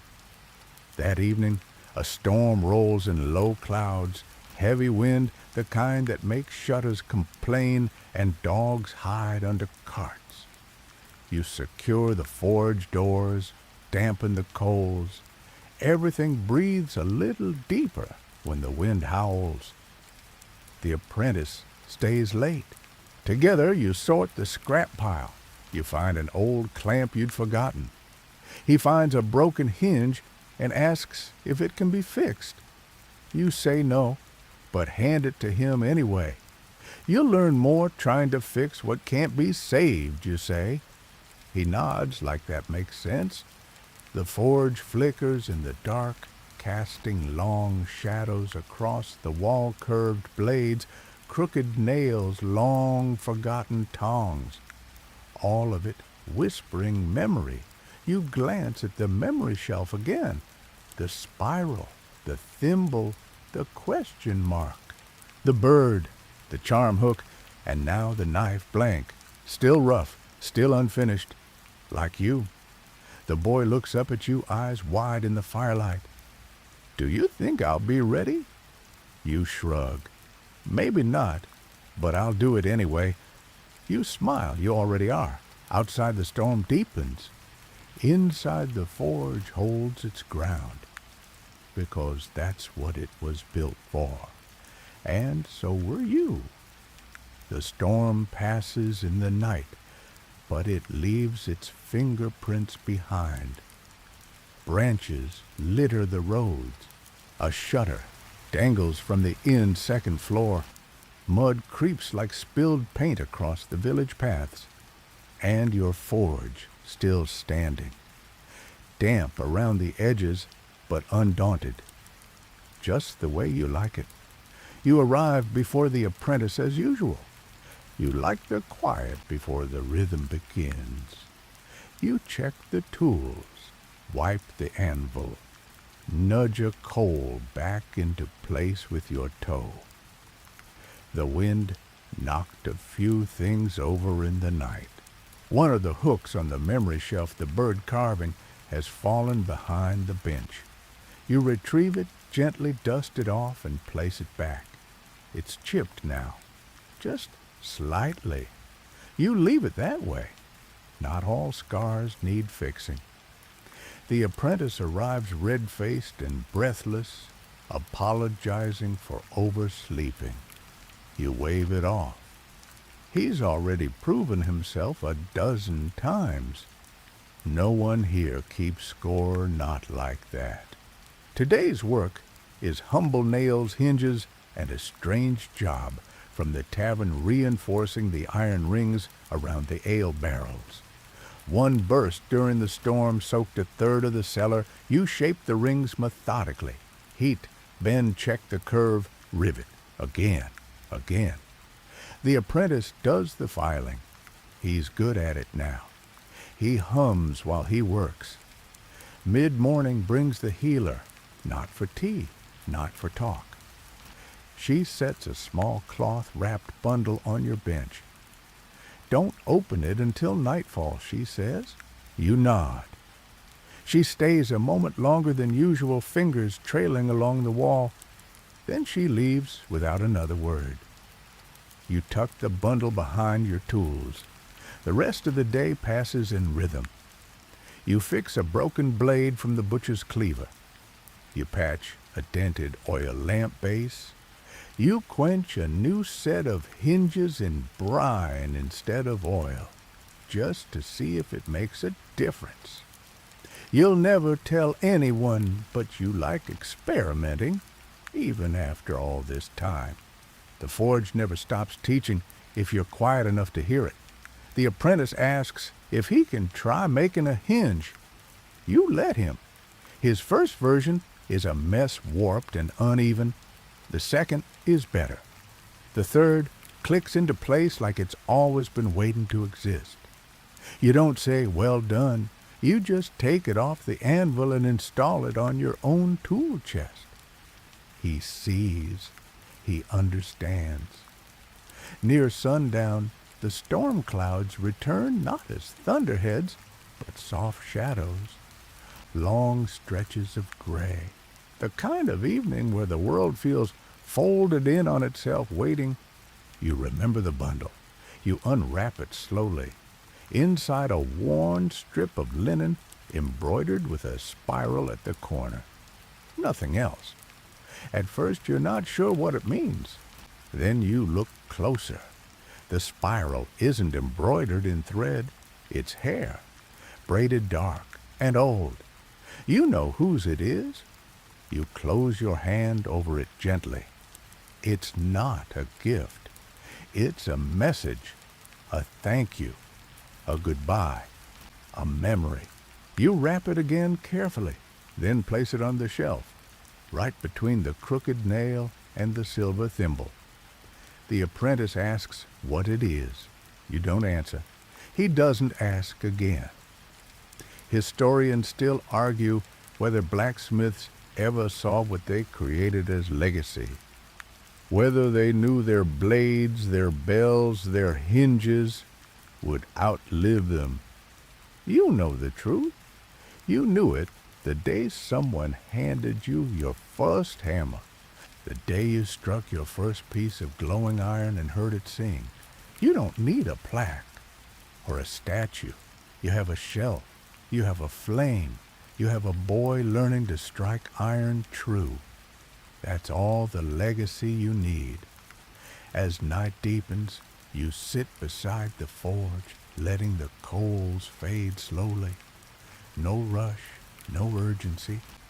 You rest your hand on the anvil. It's warm. It always is. Outside the village settles into sleep. Lanterns dim. Doors click shut. The wind stirs only gently now, like it knows you're watching. The apprentice sits nearby, quiet, present. He doesn't know it yet, but tomorrow you'll let him open the forge without you, just once, just to see what he does with it, and whatever happens, whether he fumbles or flourishes, it'll be enough, because the work doesn't end when your hands grow still. It continues in every hinge that doesn't creak, every nail that holds through winter, every gate that swings wide and true, and in every flame lit by someone who once watched you work. You wake up before the light breaks over the hills, but today you don't move right away. You lie still beneath the worn blanket, staring at the ceiling beams you've stared at 1,000 times. They creak in the same places, hold their same secrets. Your body aches in the usual spots, the shoulder that never quite healed, the hip that grinds when it's cold, the fingers stiff with too many seasons of hammering. But today, you smile at it all, because today you don't light the forge. You leave the door cracked just enough, and you sit at the bench with your real tea this time, made by your own hand with herbs the healer left behind. The apprentice arrives before you finish the cup. He looks nervous. You say nothing. You just nod toward the coals. He gets it. He starts the fire, pumps the bellows, arranges the tools. The forge responds not with a roar, but a quiet hum. A greeting. You watch him work. His first job re-riveting a broken lantern bracket. It takes him 3 tries. He mutters under his breath, drops a rivet, almost burns himself. But he finishes, and it holds. You say good, nothing more, nothing less. He smiles. You begin sorting through your scrap pile, not because anything needs fixing, but because you like the sound it makes. Clink, clatter, memory in metal form. You find the first hook you ever made, bent, too thin. You hang it on the memory shelf. You don't care that there's no space. You make space. You remember your father's forge, the smell, the way his hands moved without thought, the firelight on his face, the first time he let you swing the hammer. You never thought the day would come when you'd become him. And you never thought you'd be ready. You weren't. But you did it anyway, and now the boy is becoming you. You eat lunch together on the step, sharing hard bread and old cheese. You talk about nothing, about everything. He asks if there's a tool you haven't made. You tell him I never forged a lock for myself, only keys. He thinks that's wise. You tell him it's not. It just means you never trusted yourself to stay still. Later, he works on a hinge while you sit with the unfinished spiral you started months ago. You run your thumb along its curve. It's perfect now. Not because it's flawless, but because it reminds you what your hands can do. You mount it to the wall, not the shelf, higher, where it catches the light from the forge, where it will stay long after you're gone. Historians still argue whether blacksmiths understood their role in history, whether they knew the tools they made would last generations. You don't argue, you just keep building, even as your back aches, even as your hands stiffen, even as your hearing fades and your eyesight dims. Because in the forge, none of that matters. Only the fire, only the iron, only the rhythm of the work. The apprentice packs up as dusk settles. He forgets to hang the tongs. You don't remind him. Tomorrow he'll notice, and he'll fix it. You sit one last time at the bench, fingers tracing the grain of the wood worn smooth by years of elbows and ash and thought. The forge is still warm. The air hums like it always has. You look around at the shelf, the crooked nails, the bent question mark, the spiral, the thimble, the hook, the memory of 1,000 quiet victories. Then you close your eyes. You don't sleep, not yet. You just rest, because now finally someone else can carry the hammer, and you've earned the silence. So now the forge cools gently each ember, fading into a soft orange glow like fire remembering how to sleep. The tools are quiet. The air is still. And outside, the wind carries no burdens tonight. You lean back. Let your breath slow. Let the weight of the day fall away. Your hands rest in your lap hands that have shaped iron-held heat-steadied lives. Hands that deserve stillness now. The village sleeps nestled into itself like a tired child. Somewhere a dog sighs. A shutter taps once against wood. The world has no need for sound anymore, not until morning. And you've done enough. Let that thought settle over you like a warm blanket, like ash over flame. You've built what others will use. You've fixed what others have broken. You've taught someone to carry the fire, and now you drift, not away, but inward, into the soft dark of rest, into the memory of hammers and sparks, and the hush that follows a long day well spent. The forge will be there tomorrow. The work will wait. And you can let go just for now. Close your eyes. Breathe deep. Sleep well. You are steady. You are warm. You are home. Hey guys, tonight we're going to step into a world built not with blueprints or dreams, but with fire muscle and a whole lot of sweat. Picture this. You're standing barefoot on packed earth soot, dancing in the air like black snowflakes, and a forge snarling in the corner, glowing like a small angry sun. The heat clings to your skin like a second shirt. Your ears ring with the clang of metal on metal, and your father's rough voice calls out your name, not gently, not sweetly, but like a command barked from behind an anvil. You're not noble. You're not rich. You weren't chosen by prophecy or fate. You were born into a long line of blacksmiths, a legacy of burns, bruises, and bellows. There's no inheritance except for calloused hands and a pile of debts that nobody remembers accruing. You're not here because you wanted to be. You're here because someone had to be, and that someone apparently is you. So before you get comfortable, take a moment to like the video and subscribe, but only if you genuinely enjoy what I do here. And let me know in the comments where you're tuning in from and what time it is for you. Now dim the lights, maybe turn on a fan for that soft background hum, and let's ease into tonight's journey together. Your first memory isn't a toy or a lullaby. It's the smell of iron and a voice telling you not to touch that right before you do and blister your palm.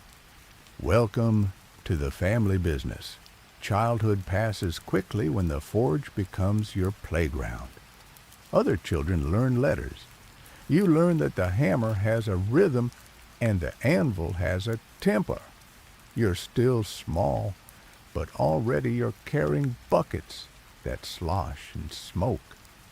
The weight is too much for your arms, but there's no option to say no. That's not how the forge works. It doesn't wait for you to grow into the job. It grows into you.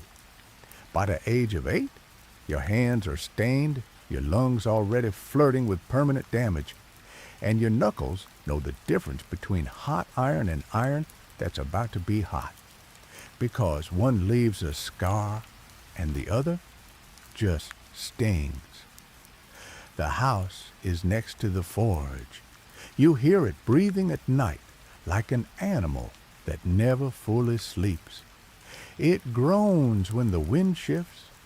It wheezes when damp creeps in. It coughs embers in your dreams. Your parents don't read bedtime stories. They mutter about orders broken, hinges, and tools misplaced.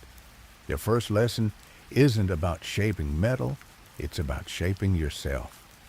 You learn how to stay awake when exhausted, how to lift something that's too heavy without making a sound, and how to eat meals with one hand because the other one is always burned. There's one particular day that stays with you the first time your father lets you strike the iron. He lines it up on the anvil, holds the tongs with a seasoned grip, and tells you to swing. You hesitate. He doesn't. The hammer is heavier than you expected. You hit the wrong spot. He doesn't yell, but the look is worse. Disappointment cuts deeper than any burn. Later that day, he hands you a curved piece of metal and tells you to fix it. It's bent beyond repair. That's the point. It's a test. You fail. He shrugs and tells you to try again tomorrow. This is how learning works here. Trial, error, injury, repetition. And you keep trying. Because slowly something starts to change. Not in the work. It's still exhausting, but in you. Your skin thickens. Your arms start to carry the weight without shaking. You stop crying when you get burned. You still hurt, but now the pain feels normal. One morning, you realize you haven't thought about running away in weeks. That scares you more than the fire. It means the forge has won. You're not a visitor anymore. You're becoming a part of it. There's an old superstition passed down through blacksmiths. If the forge spits fire at your feet, it means it likes you. If it scorches your face, it's just teasing. But if it goes silent when you enter the room, if the embers dim and the air grows still, it means it's waiting, watching. testing you. You never knew if that was true until the day it happened. You stepped into the forge after sunrise. The coals were glowing, but no smoke rose, no crackle, no heat wave, just stillness. For a moment, you wondered if it had gone out. You approached, and whoosh, the fire flared to life like it had been holding its breath. The flames reached up and curled around your arm. Not enough to burn, just enough to remind you this place is alive, and it's chosen you. Historians still argue whether medieval blacksmithing was truly a respected trade or simply tolerated. You weren't a priest, you weren't a warrior, but you weren't a peasant either. You lived in the strange in-between, needed but never praised. And even now as a child you feel it. You're essential but invisible. You go to sleep each night not in silence, but to the memory of hammer strikes and furnace roar. You dream of nails and tongs. Your lullaby is the hiss of iron plunged into water. And tomorrow, you do it again. You wake before the sun, because your day doesn't begin with light, it begins with fire. You don't have an alarm clock, just instinct and the habit of rising when your bones ache the least.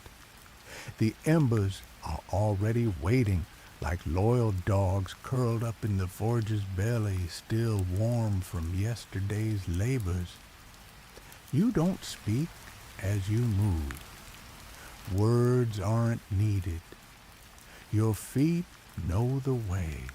You step into the smithy and breathe in that familiar blend, charcoal, sweat iron, and something faintly sweet from the old wood beams that still cling to their forest scent under all the soot. The air scratches your throat, but you barely cough anymore. The fire must be coaxed, not lit, not sparked, but fed like a sullen animal. You add fresh fuel, work the bellows, and wait. And then there the blaze unfurls. You feel it kiss your face with that dry, almost intimate heat. Today is an apprenticeship day, which means you'll spend half your time being corrected and the other half being blamed. Your master is your father or your uncle or maybe even your mother, depending on how your village handles inheritance. But titles don't matter here. Authority is determined by scars and the quiet way someone moves around the forge without flinching. This morning's task, nails. Hundreds of them, every size.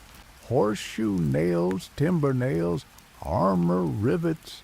It sounds simple until your arms go numb. The tedium is part of the education. You're not learning to make nails, you're learning to endure. Your fingertips, already blistered, start peeling again. But you don't stop. You just rotate to your less damaged fingers and keep going.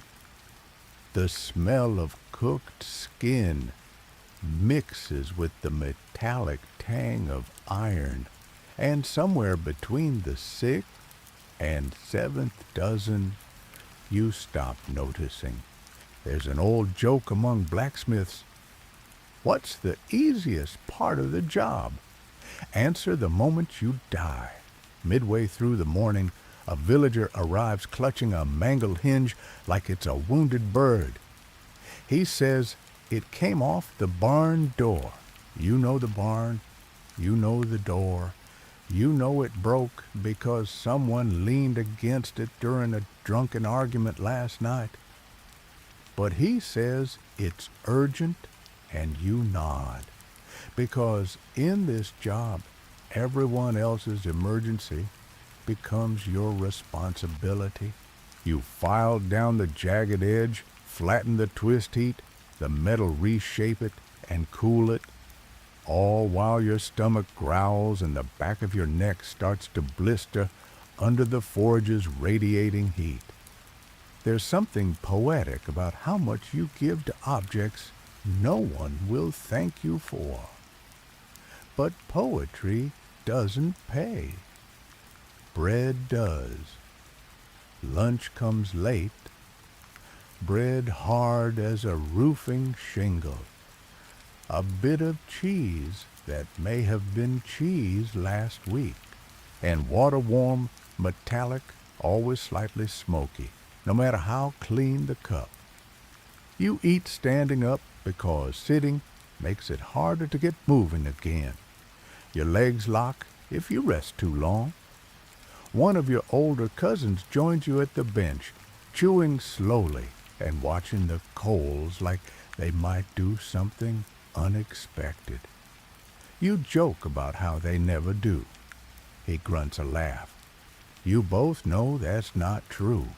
Just last winter, the forge blew. A poorly sealed tuyere cracked under pressure. The fire whooshed out like a dragon exhaling sideways. No one died, but your cousin lost part of an eyebrow, and you gained a new respect for how fast everything can go from controlled to hospital visit. Not that there's a hospital, just a local woman with herbs honey and zero patience for whining. Afternoon means more hammering. Your shoulder has started making a soft clicking sound each time you lift. You wonder how many clicks are too many. Then you remind yourself, it doesn't matter. You have work. A group of children passes outside laughing. One has a wooden sword. You smile faintly and wonder if you made it. Probably.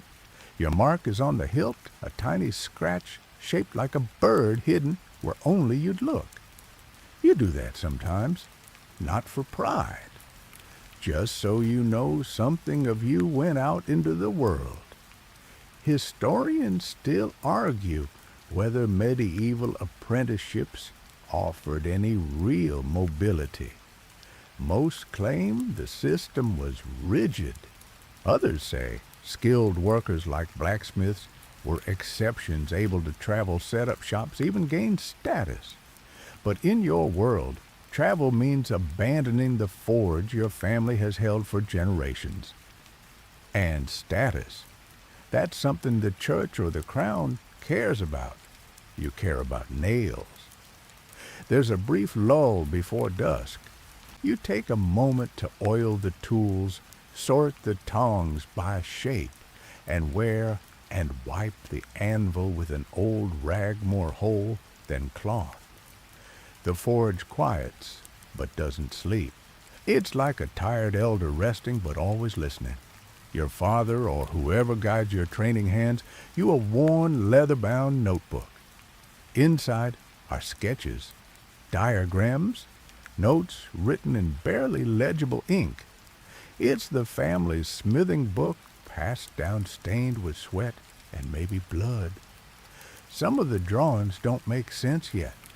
Others do. You trace one sketch with a fingertip, an iron gate hinge elegantly curved with a note beneath it. Make beauty, even in what no one sees. You don't know when it was written, but you know who wrote it, someone like you. You close the book as the last glow of daylight fades outside, and then quietly you begin laying out the molds for tomorrow, because tomorrow comes early, and you'll rise again before the sun, stepping into the fire, not because you want to, but because you must. You don't dream much anymore, or if you do, you never remember. It's hard to hold on to fantasy when your days are filled with the clang of iron and the sizzle of water swallowing heat. When your body collapses into sleep, it's not gentle. It's more like shutting down. The morning begins again before your eyes even open. The ash still clings to your arms from yesterday. You barely bother to wash it off. What's the point? You'll be covered again in an hour. Your shirt smells like old smoke and yesterday's sweat, but it's still the cleanest one. You tug it on and re-enter the heat. Today, the forge hums louder than usual. There's a different energy in the air. Your mentor, father, uncle, whatever title he goes by today, tells you it's time to practice your first horseshoe.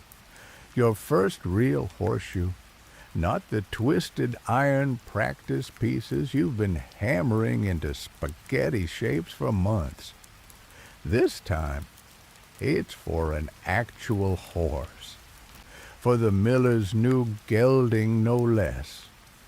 The one with hooves the size of soup bowls. You swallow the nervous lump in your throat and nod, and you begin. The forge's fire is like a stage light now spotlighting your every move. You draw the iron bar from the coals red hot and hissing. You place it on the anvil, grip the hammer, and strike. It rings out clear, bright, almost too sharp in the morning air. Sparks spit upward like angry fireflies. You miss your mark. The curve warps too early. You groan quietly. Your mentor says nothing. He watches. That's worse than shouting. You try again and again. The bar shortens with every mistake until finally, on your fifth attempt, you get a shape that looks like a horseshoe. Not perfect, but honest. As it cools in the barrel of water steam, rising in a thick, ghostly swirl, your mentor finally nods. Decent. That's all he says. But that's everything. You hold up the shoe, and for a fleeting second, you see more than just curved metal. You see the road that horse might run on the cart. It might pull the family it might carry to the market. You made something that will matter even if no one knows it. Then you drop it in the storage box and get back to work. Blacksmithing isn't about inspiration. It's about repetition. You do the same thing 1,000 times until your hands know it better than your mind. By now, you can tell the temperature of a piece of iron by the shade of orange it glows. Pale yellow, too hot. Deep red, too cold. Dull cherry with flickering sparks, just right. The forge is its own language. You're still learning to speak it. Later, a traveling merchant stops by with a broken wheel rim. He's impatient, loud, and smells like onions that gave up on life. He says he needs it by evening. You say nothing. You take the rim, examine the splinters, and silently begin your work. The rim needs reshaping, reinforcing, and at least 2 rivets replaced. Your tools are ready. Your sleeves are rolled. Your back already aches, but this is the job. As you file the new rivets, a sliver of iron stabs your thumb. Blood beads up, but you keep working. You suck it clean and keep filing. You've long since stopped flinching. Pain has become background noise. And that's the funny part. Historians still argue whether the physical toll of blacksmithing led to shorter lifespans. Some claim smiths were unusually hardy, built by fire and iron. Others suggest they died young lungs, blackened backs, broken hearts cooked from the inside out by years of labor. You think maybe both are true, because your body is already changing.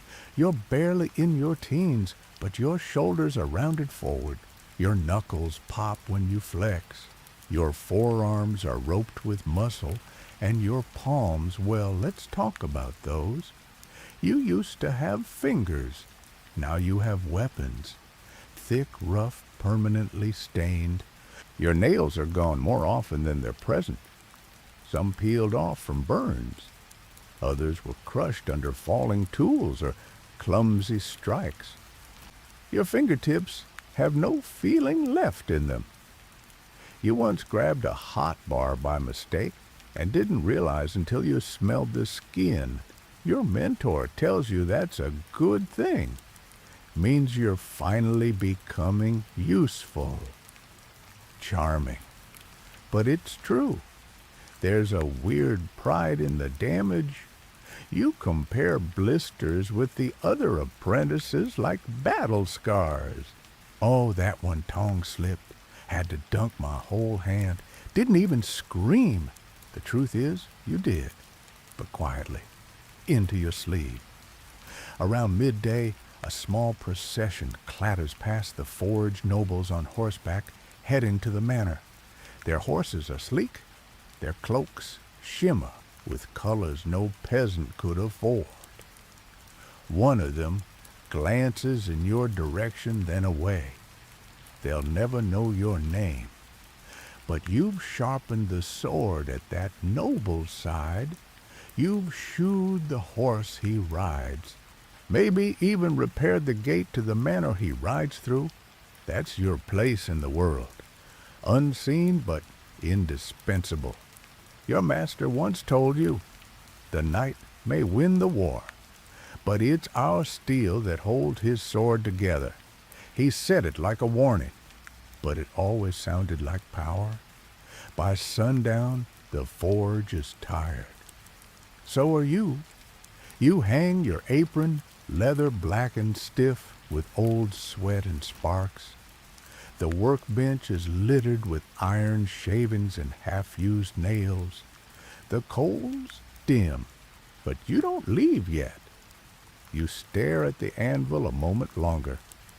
Its face is chipped at one corner, a mark from years ago, when your father struck too hard in a fit of rage. He never repaired it, said it gave the anvil personality. You think that's true of yourself, too.